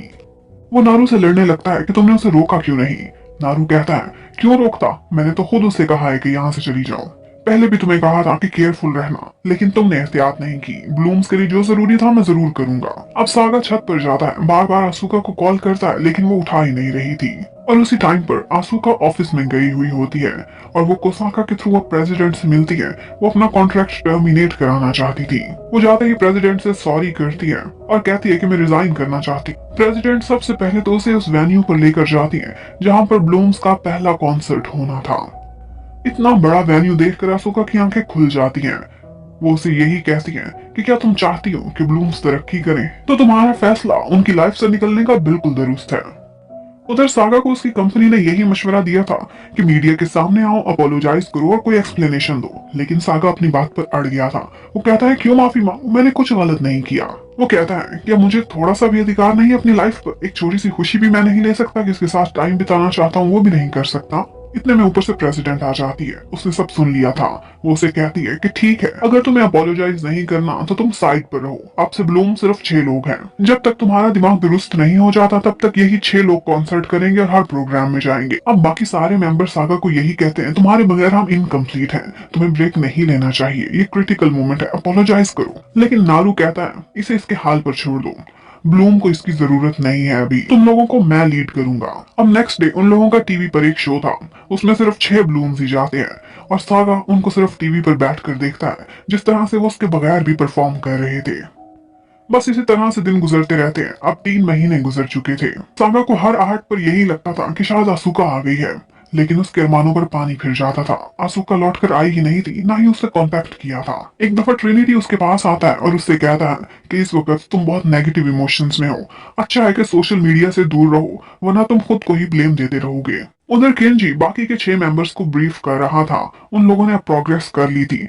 एक दफा उनकी फैन फॉलोइंग बहुत डाउन गई थी, लेकिन अब फिर से वो इंक्रीज हो रही थी और अब उन 6 मेंबर्स के हार्ड वर्क की वजह से वो वापस उसी पॉइंट पर पहुंचने वाले थे जहां से उन्होंने स्टार्ट किया था। कुछ मेंबर्स तो चाहते थे कि अब हालात फिर से ठीक होते जा रहे हैं, सागा को वापस आ जाना चाहिए, लेकिन नारून से कहता है जितना भी मुश्किल हाल था हमने ये गुजारा है, हमने सब कुछ फेस किया, लेकिन फिर भी हारे नहीं, मेहनत करते रहे। अब जब तक सागा अपनी जिद पर अड़ा हुआ है उसे वापस आने का कोई अधिकार नहीं। लेकिन एक टेंशन बन गई थी। ब्लूम्स के पास अब कोई भी नया गाना नहीं था, क्योंकि गाने तो हमेशा सागा लिखता था। उधर सागा को पता चलता है कोसाका के थ्रू कि ब्लूम्स अब किसी के लिखे हुए गाने गाएंगे। ये सुनकर वो काफी हर्ट होता है। वो सुनकर काफी हैरान होता है कि सारे बॉयज मान गए। अब वो परेशान परेशान सा बाहर जाता है। वो हमेशा अपने आप को छुपा लेता था जब भी लोगों के क्राउड को देखता था।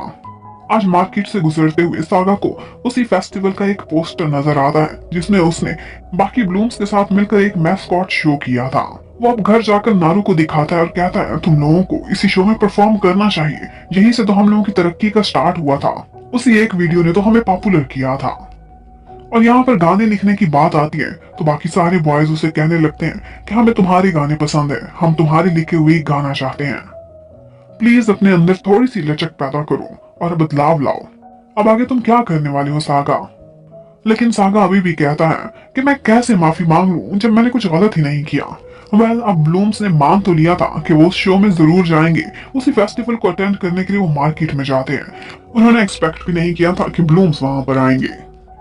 इतने में सागा वहां पर साइड से निकलने वाला होता है कि बाकी सारे बॉयज उसे रोक लेते हैं और कहते हैं कि क्यों ना आज हम इतने अरसे बाद इकट्ठे परफॉर्म करें, यहाँ पर तो हमारे पर कोई पाबंदी नहीं है, ये हम अपनी मर्जी से अपने दिल से कर रहे हैं। कोसाका ने भी उनको इजाजत दे दी थी क्योंकि ये उनकी छुट्टी का दिन था। अब यहाँ पर मैस्कॉट शो स्टार्ट हो जाता है। सागा काफी हेजिटेंट था और वो डरता डरता सामने आता है, लेकिन कोई भी उस पर पॉइंट आउट नहीं कर रहा था, तो वो सब बॉयज के साथ मिलकर परफॉर्म करता है। उसे बहुत खुशी मिली थी इतने अरसे बाद कुछ परफॉर्म करके। अब काफी दिनों बाद पहली दफा वो बॉयज कुछ रिलीव्ड फील करते हैं और घर आकर खुश नजर आ रहे थे। यहाँ पर दिखाते हैं कि जी अपने कुछ डॉक्यूमेंट्स ढूंढ रहा है, तो बाकी सबको पता चलता है कि एक्चुअली उसका एक ड्रीम है और वो है MBA करना। वो वही सोच रहा था कि कहाँ एडमिशन ले, लेकिन ब्लूम्स में होने की वजह से वो थोड़ा तो रिलक्टेंट था। और सागा बेचारा वो तो बस हमेशा फेस छुपाए बाहर निकलता था, लेकिन जहां भी जाता था तो उसे आसूका की यादें आती थी। आज उसे एक जगह पर आसूका की सिस्टर नजर आती है, तो वो उससे बात करता है।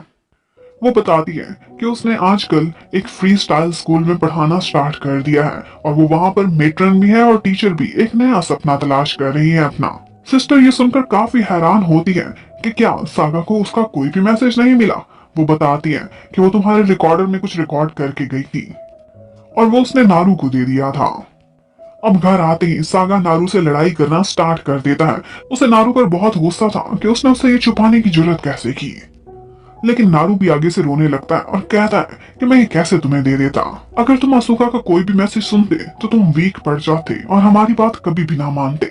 हम तुम्हें खोना नहीं चाहते थे, तुम हमेशा से मेरी इंस्पिरेशन रहे हो। जब तुम लीडर थे तब भी मैं तुम्हें देख कर ही आगे बढ़ता था। तुम्हारे गानों के बगैर हम कुछ भी नहीं है।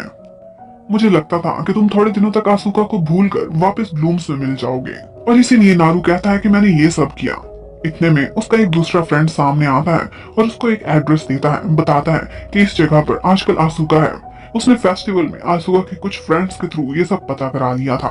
अब सागा जल्दी जल्दी वहां जा रहा था, लेकिन आगे से कोसाका आ जाती है और उससे कहती है तुम्हें क्या लगता है आसूका इस हाल में तुम्हें देखकर खुश होगी क्या? और फिर वो उसे बताती है कि जब लास्ट टाइम आसूका जाने से पहले मुझसे मिली थी तो उसने मुझे कहा था कि मैं चाहती हूँ कि ये लड़की अपना सपना पूरा करे, यही तो मेरा सपना है। और अब वो इस तरह से तुम्हें हारा हुआ देखेगी तो वो भी सफर करेगी और तुम भी। लेकिन सागा को तो जाना था और वो वहां से चला जाता है।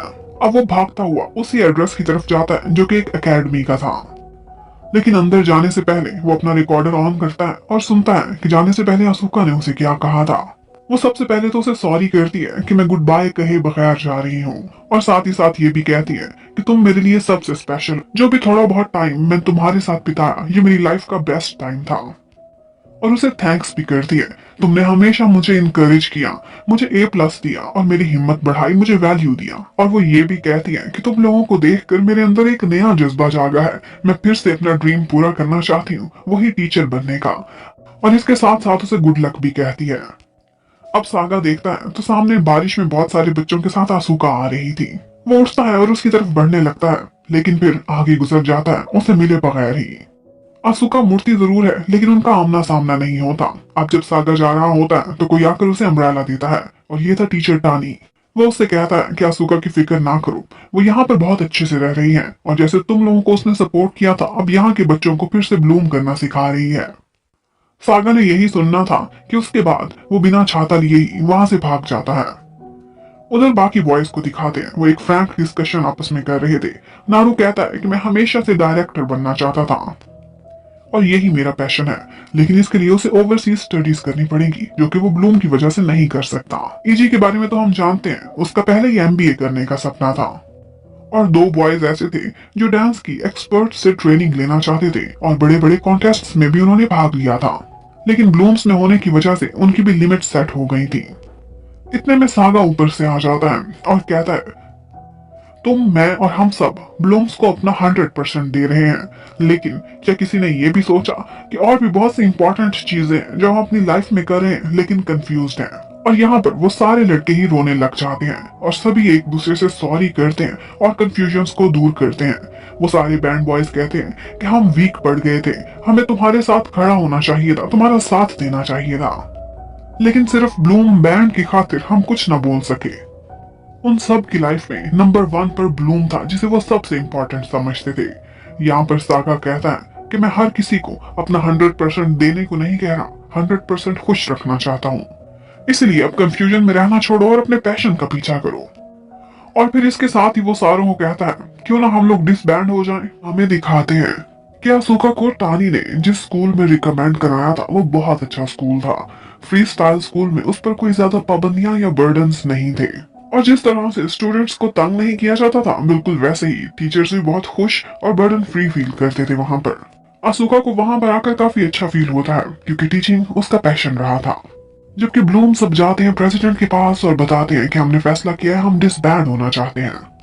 प्रेसिडेंट को लगता था कि ये सागा की वजह से, लेकिन सब कहते हैं नहीं, बिल्कुल भी नहीं, हम लोगों ने दिल खोलकर एक दूसरे से ऑनेस्ट टॉक की थी। उन सारों की एजेस कम थी और उनके लाइफ में अपने अपने सपने थे, अपने अपने गोल्स थे, वो बहुत सारी चीजों में एक्सपीरियंस हासिल करना चाहते थे, लेकिन ब्लूम्स की वजह से वो खुद को होल्ड बैक कर रहे थे। अपने अपने फील्ड में मास्टर बनने के लिए उन्हें कहीं ना कहीं एक दफा मूव करना पड़ेगा, ब्लूम को छोड़ना पड़ेगा। प्रेसिडेंट कहती है ओके तुम लोगों की मर्जी, और साथ ही साथ सागा को कहती है कल से तुम काम पर वापस आ सकते हो, तुम फिर से ब्लूम का हिस्सा हो। और इसके साथ ही उनको पता चलता है कि उनकी कॉन्सर्ट की चेन अभी थोड़े अरसे में स्टार्ट होने वाली है और अपने लास्ट कॉन्सर्ट पर वो डिसबैंड होने की अनाउंसमेंट अपने फैंस के सामने कर सकते हैं। अब उसके बाद सागा अपना एक सॉन्ग सुनाता है प्रेसिडेंट को जो उसने नया लिखा था, और यही वो सॉन्ग था जो अपनी क्लोजिंग पर वो गाना चाहता था अपने फैंस के सामने। प्रेसिडेंट को वो बहुत पसंद आता है, वो दिल छू जाने वाला सॉन्ग था। कोसाका सागा को कहती है कि एक दफा फिर से सोच लो, कहीं तुम लोगों को रिग्रेट्स ना हो, डिसबैंड होने का फैसला रिकंसीडर करो। लेकिन उन्होंने तो फैसला कर लिया था। अब सारे बॉयज बहुत सारी मेहनत करते हैं, रिहर्सल करते हैं, अपने लास्ट कॉन्सर्ट्स की चेन वो बहुत जबरदस्त देना चाहते थे, ब्लूमीज को खुश करना चाहते थे। और सबसे बड़ी खुशी उनको इस बात की थी कि बहुत अरसे बाद सागा भी उनको ज्वाइन करेगा, स्टेज पर उनके साथ होगा। उधर चेनी भी उनके पास आते हैं, उन्होंने सुन लिया था कि ये डिसबैंड होने लगे हैं, उनको काफी अफसोस होता है। वो सुनकर उनके पास आते हैं कि तुम लोग हमारे बेस्ट राइवल्स थे, तुम लोगों के साथ काम करना, मुकाबला करना बहुत अच्छा लगता था, तुम लोग ऐसे जाओगे तो हम दुखी हो जाएंगे। अब चेनी के जाने के बाद वो सारे बॉयज कहने लगते हैं कि अगर हमारा क्लोजर होना ही है तो अच्छे से होना। और फिर खाने के नाम पर उनको आसूका याद आने लगती है। उसके हाथ के बनाए हुए ब्राउनीज और राइस बॉल उनको बहुत पसंद थे। वो एक दफा फिर से आसूका से मिलना चाहते थे। लेकिन एक बात थी कि वो बॉयज अब बहुत लाइट फील कर रहे थे, क्योंकि उन्होंने अपना फैसला कर लिया था और वो उस पर स्टैंड भी कर रहे थे। वो सारे आज बाथ हाउस जाते हैं, साथ में केंजी भी था। वो केंजी का थैंक्स करते हैं कि तुम अब तक के हमारे बेस्ट मैनेजर रहे हो, बहुत फेवरेट थे हमारे। केंजी ये सुनकर शर्मा जाता है और उसकी आंखों में आंसू तो एक मिनट में आ जाया करते थे। उसके बाद बाहर वो बॉयज खड़े होते थे तो केंजी के मुंह से वही बात निकल जाती है जिससे नाव को भी पता चल जाता है कि ये डिसबैंड हो रहे हैं। वो ये सुनकर बहुत सैड होती है। सबसे पहले तो आकर उनके सामने सॉरी करती है, कहती है वो जो फोटो थी कंट्रोवर्सी वाली वो मेरी वजह से बनाई गई थी। उसे पता था कि वो लोग बीच पर शूटिंग करने जा रहे हैं और यही बात उसने एक रिपोर्टर को बता दी थी, जिसने बाद में जाकर चोरी चोरी ये फोटो बना ली थी। सागा उसे कहता है तुम्हें सॉरी करने की कोई जरूरत नहीं, तुम्हारी कोई गलती नहीं इसमें, मुझे ही केयरफुल रहना चाहिए था। जबकि उधर आसूका अपने फ्री स्टाइल स्कूल में पढ़ा रही होती है। वहां पर अक्सर उसकी सिस्टर भी उससे मिलने के लिए आया करती थी। एक दिन वो बच्चों के लिए लंच भी लेकर आती है। यहाँ पर गलती से किसी के मुंह से निकल जाता है कि आसूका पहले ब्लूम्स की मेट्रन रही है और ये बात एक स्टूडेंट सुन लेता है। तानी ने नोटिस कर लिया था कि उसकी नजरों में गुस्सा आ गया है और बाद में वही लड़का आसूका की फोटो के साथ उसका नाम और पता हर चीज डिस्क्लोज करना चाहता था सोशल मीडिया पर। लेकिन तानी और आसूका एन टाइम पर ऊपर से पहुंच जाते हैं। आसूका उसे रिक्वेस्ट करती है कि प्लीज ऐसा ना करो, मैं अपने लिए नहीं कह रही, मैं ब्लूम्स के लिए कह रही हूँ।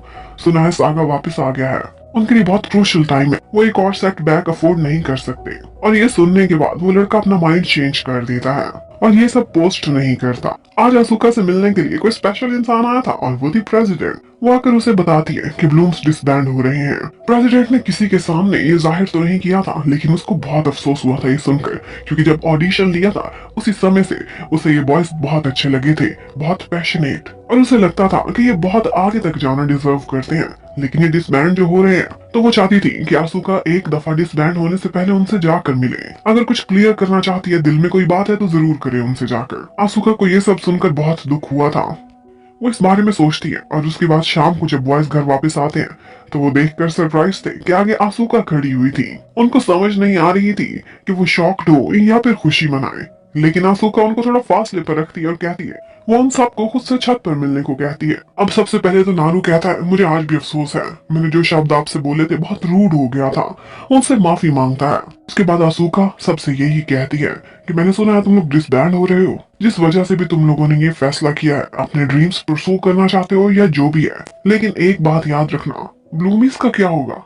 जो लोग हमेशा तुम्हारे फैंस रहे, तुम्हें सपोर्ट करते हैं, उनका दिल टूटेगा, उनको बहुत बुरा लगेगा। बस इतना ही कहकर वो जाना चाहती थी, लेकिन फिर एक एक करके सारे बॉयज उसके पास आते हैं। सभी आकर उसे हैंडशेक करते हैं, उसे थैंक्स कहते हैं उस समय के लिए जो उसने उनके साथ बिताया था। वो जीरो थे उस टाइम पर और आसूका ने बहुत मेहनत की थी, बहुत मोटिवेट किया था उनको, उनकी बहुत केयर की थी।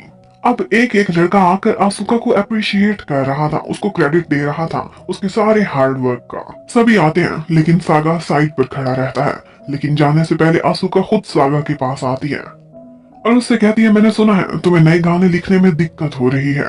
मैं समझ सकती हूँ कि तुम सफर कर रहे थे, लेकिन इतना बता दूं, मैं तुम्हारे नए गाने का वेट करूंगी, क्योंकि तुम्हारा गाना तुम्हारे दिल से लिखा जाता है और सीधा मेरे दिल तक पहुंचता है।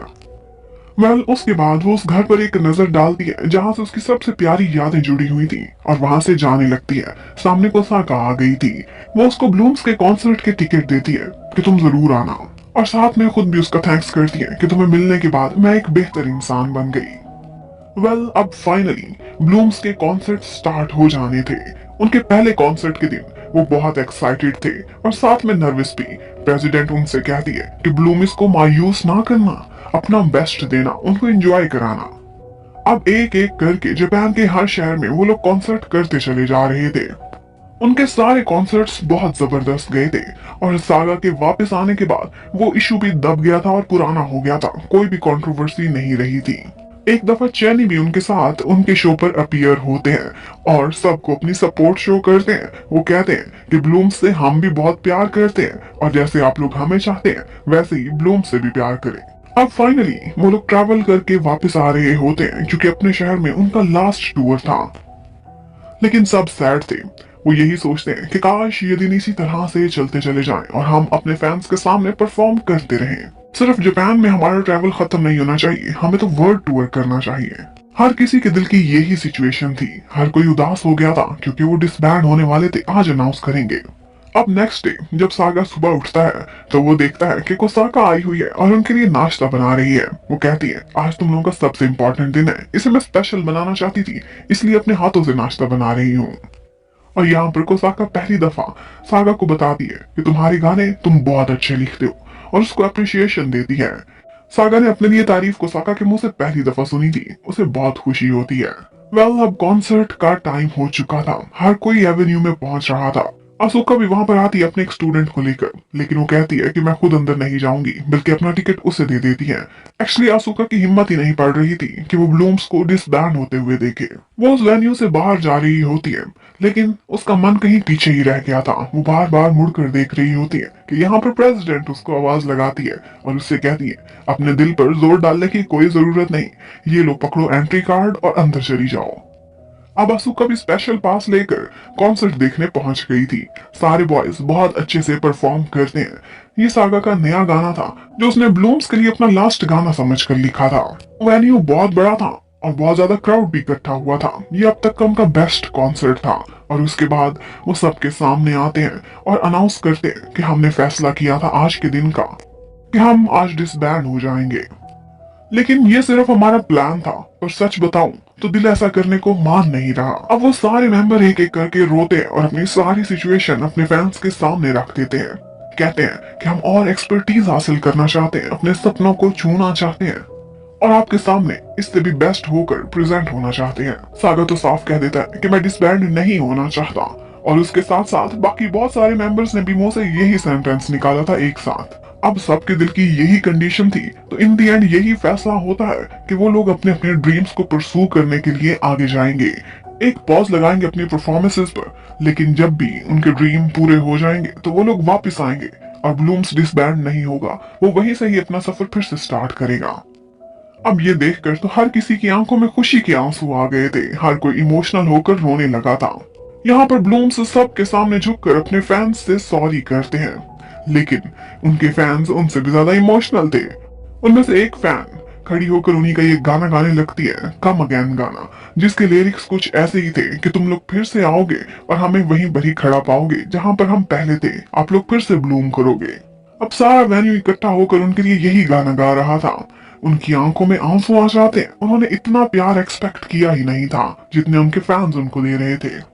तो वो सबसे वादा करते हैं कि आप लोग बंधे रहिएगा, हम फिर से आएंगे और फिर से आप लोगों से इसी स्टेज पर मिलेंगे। और सागा को बहुत खुशी हुई थी कि आसूका भी वहां पर खड़ी थी, और इसके साथ ही वो लोग एक टेम्परेरी ब्रेक ले लेते हैं। अब इसी तरह से 3 साल गुजर गए थे। आसूका भी उसे स्कूल में पढ़ाती थी। आज स्पेशल दिन था उसके लिए क्योंकि ब्लूम्स अपना कम बैक कर रहे थे। वो टीवी पर उनका शो लगाती है जिसमें उनकी वापस अपीयरेंस होनी थी। वो उन सातों को इतने अरसे बाद दोबारा इकट्ठे देखकर बहुत खुश होती है। यहाँ पर सागा कहता है कि नए गाने के लिरिक्स मैंने मुरझाए हुओं के दोबारा ब्लूम करने यानी कि आसूका के नेम के मीनिंग से इंस्पायर होकर लिखे हैं। और फिर वो अपना गाना परफॉर्म करने लगते हैं, और वो गाना सुनते ही आसूका को वो टाइम याद आने लगता है जो उसने उन सातों बॉयज के साथ गुजारा था। अब उसकी आंखों में तो आंसू आ जाते हैं। इतने में कोई उसे आकर बुलाता है, वो सागा होता है। वो हैरान थी कि क्या ये शो लाइव नहीं है। वो परफॉर्मेंस तो रिकॉर्डेड थी। फिर सागा उससे कहता है मुझे तुम्हारा हाथ चाहिए, और उस पर एक A+ बनाता है कि सारा अरसा तुमने बहुत मेहनत की। और आसूका भी उसे A+ देती है उसके नए सॉन्ग के लिए। और फिर सागा उसे हक कर लेता है एक नई बिगिनिंग के लिए। अब एक तरफ ब्लूम्स की नई स्टार्टिंग थी और दूसरी तरफ आसूका और सागा की लाइफ की नई बिगिनिंग। और इसके साथ ही ये ड्रामा खत्म होता है। Thank you for watching, stay connected, bye bye.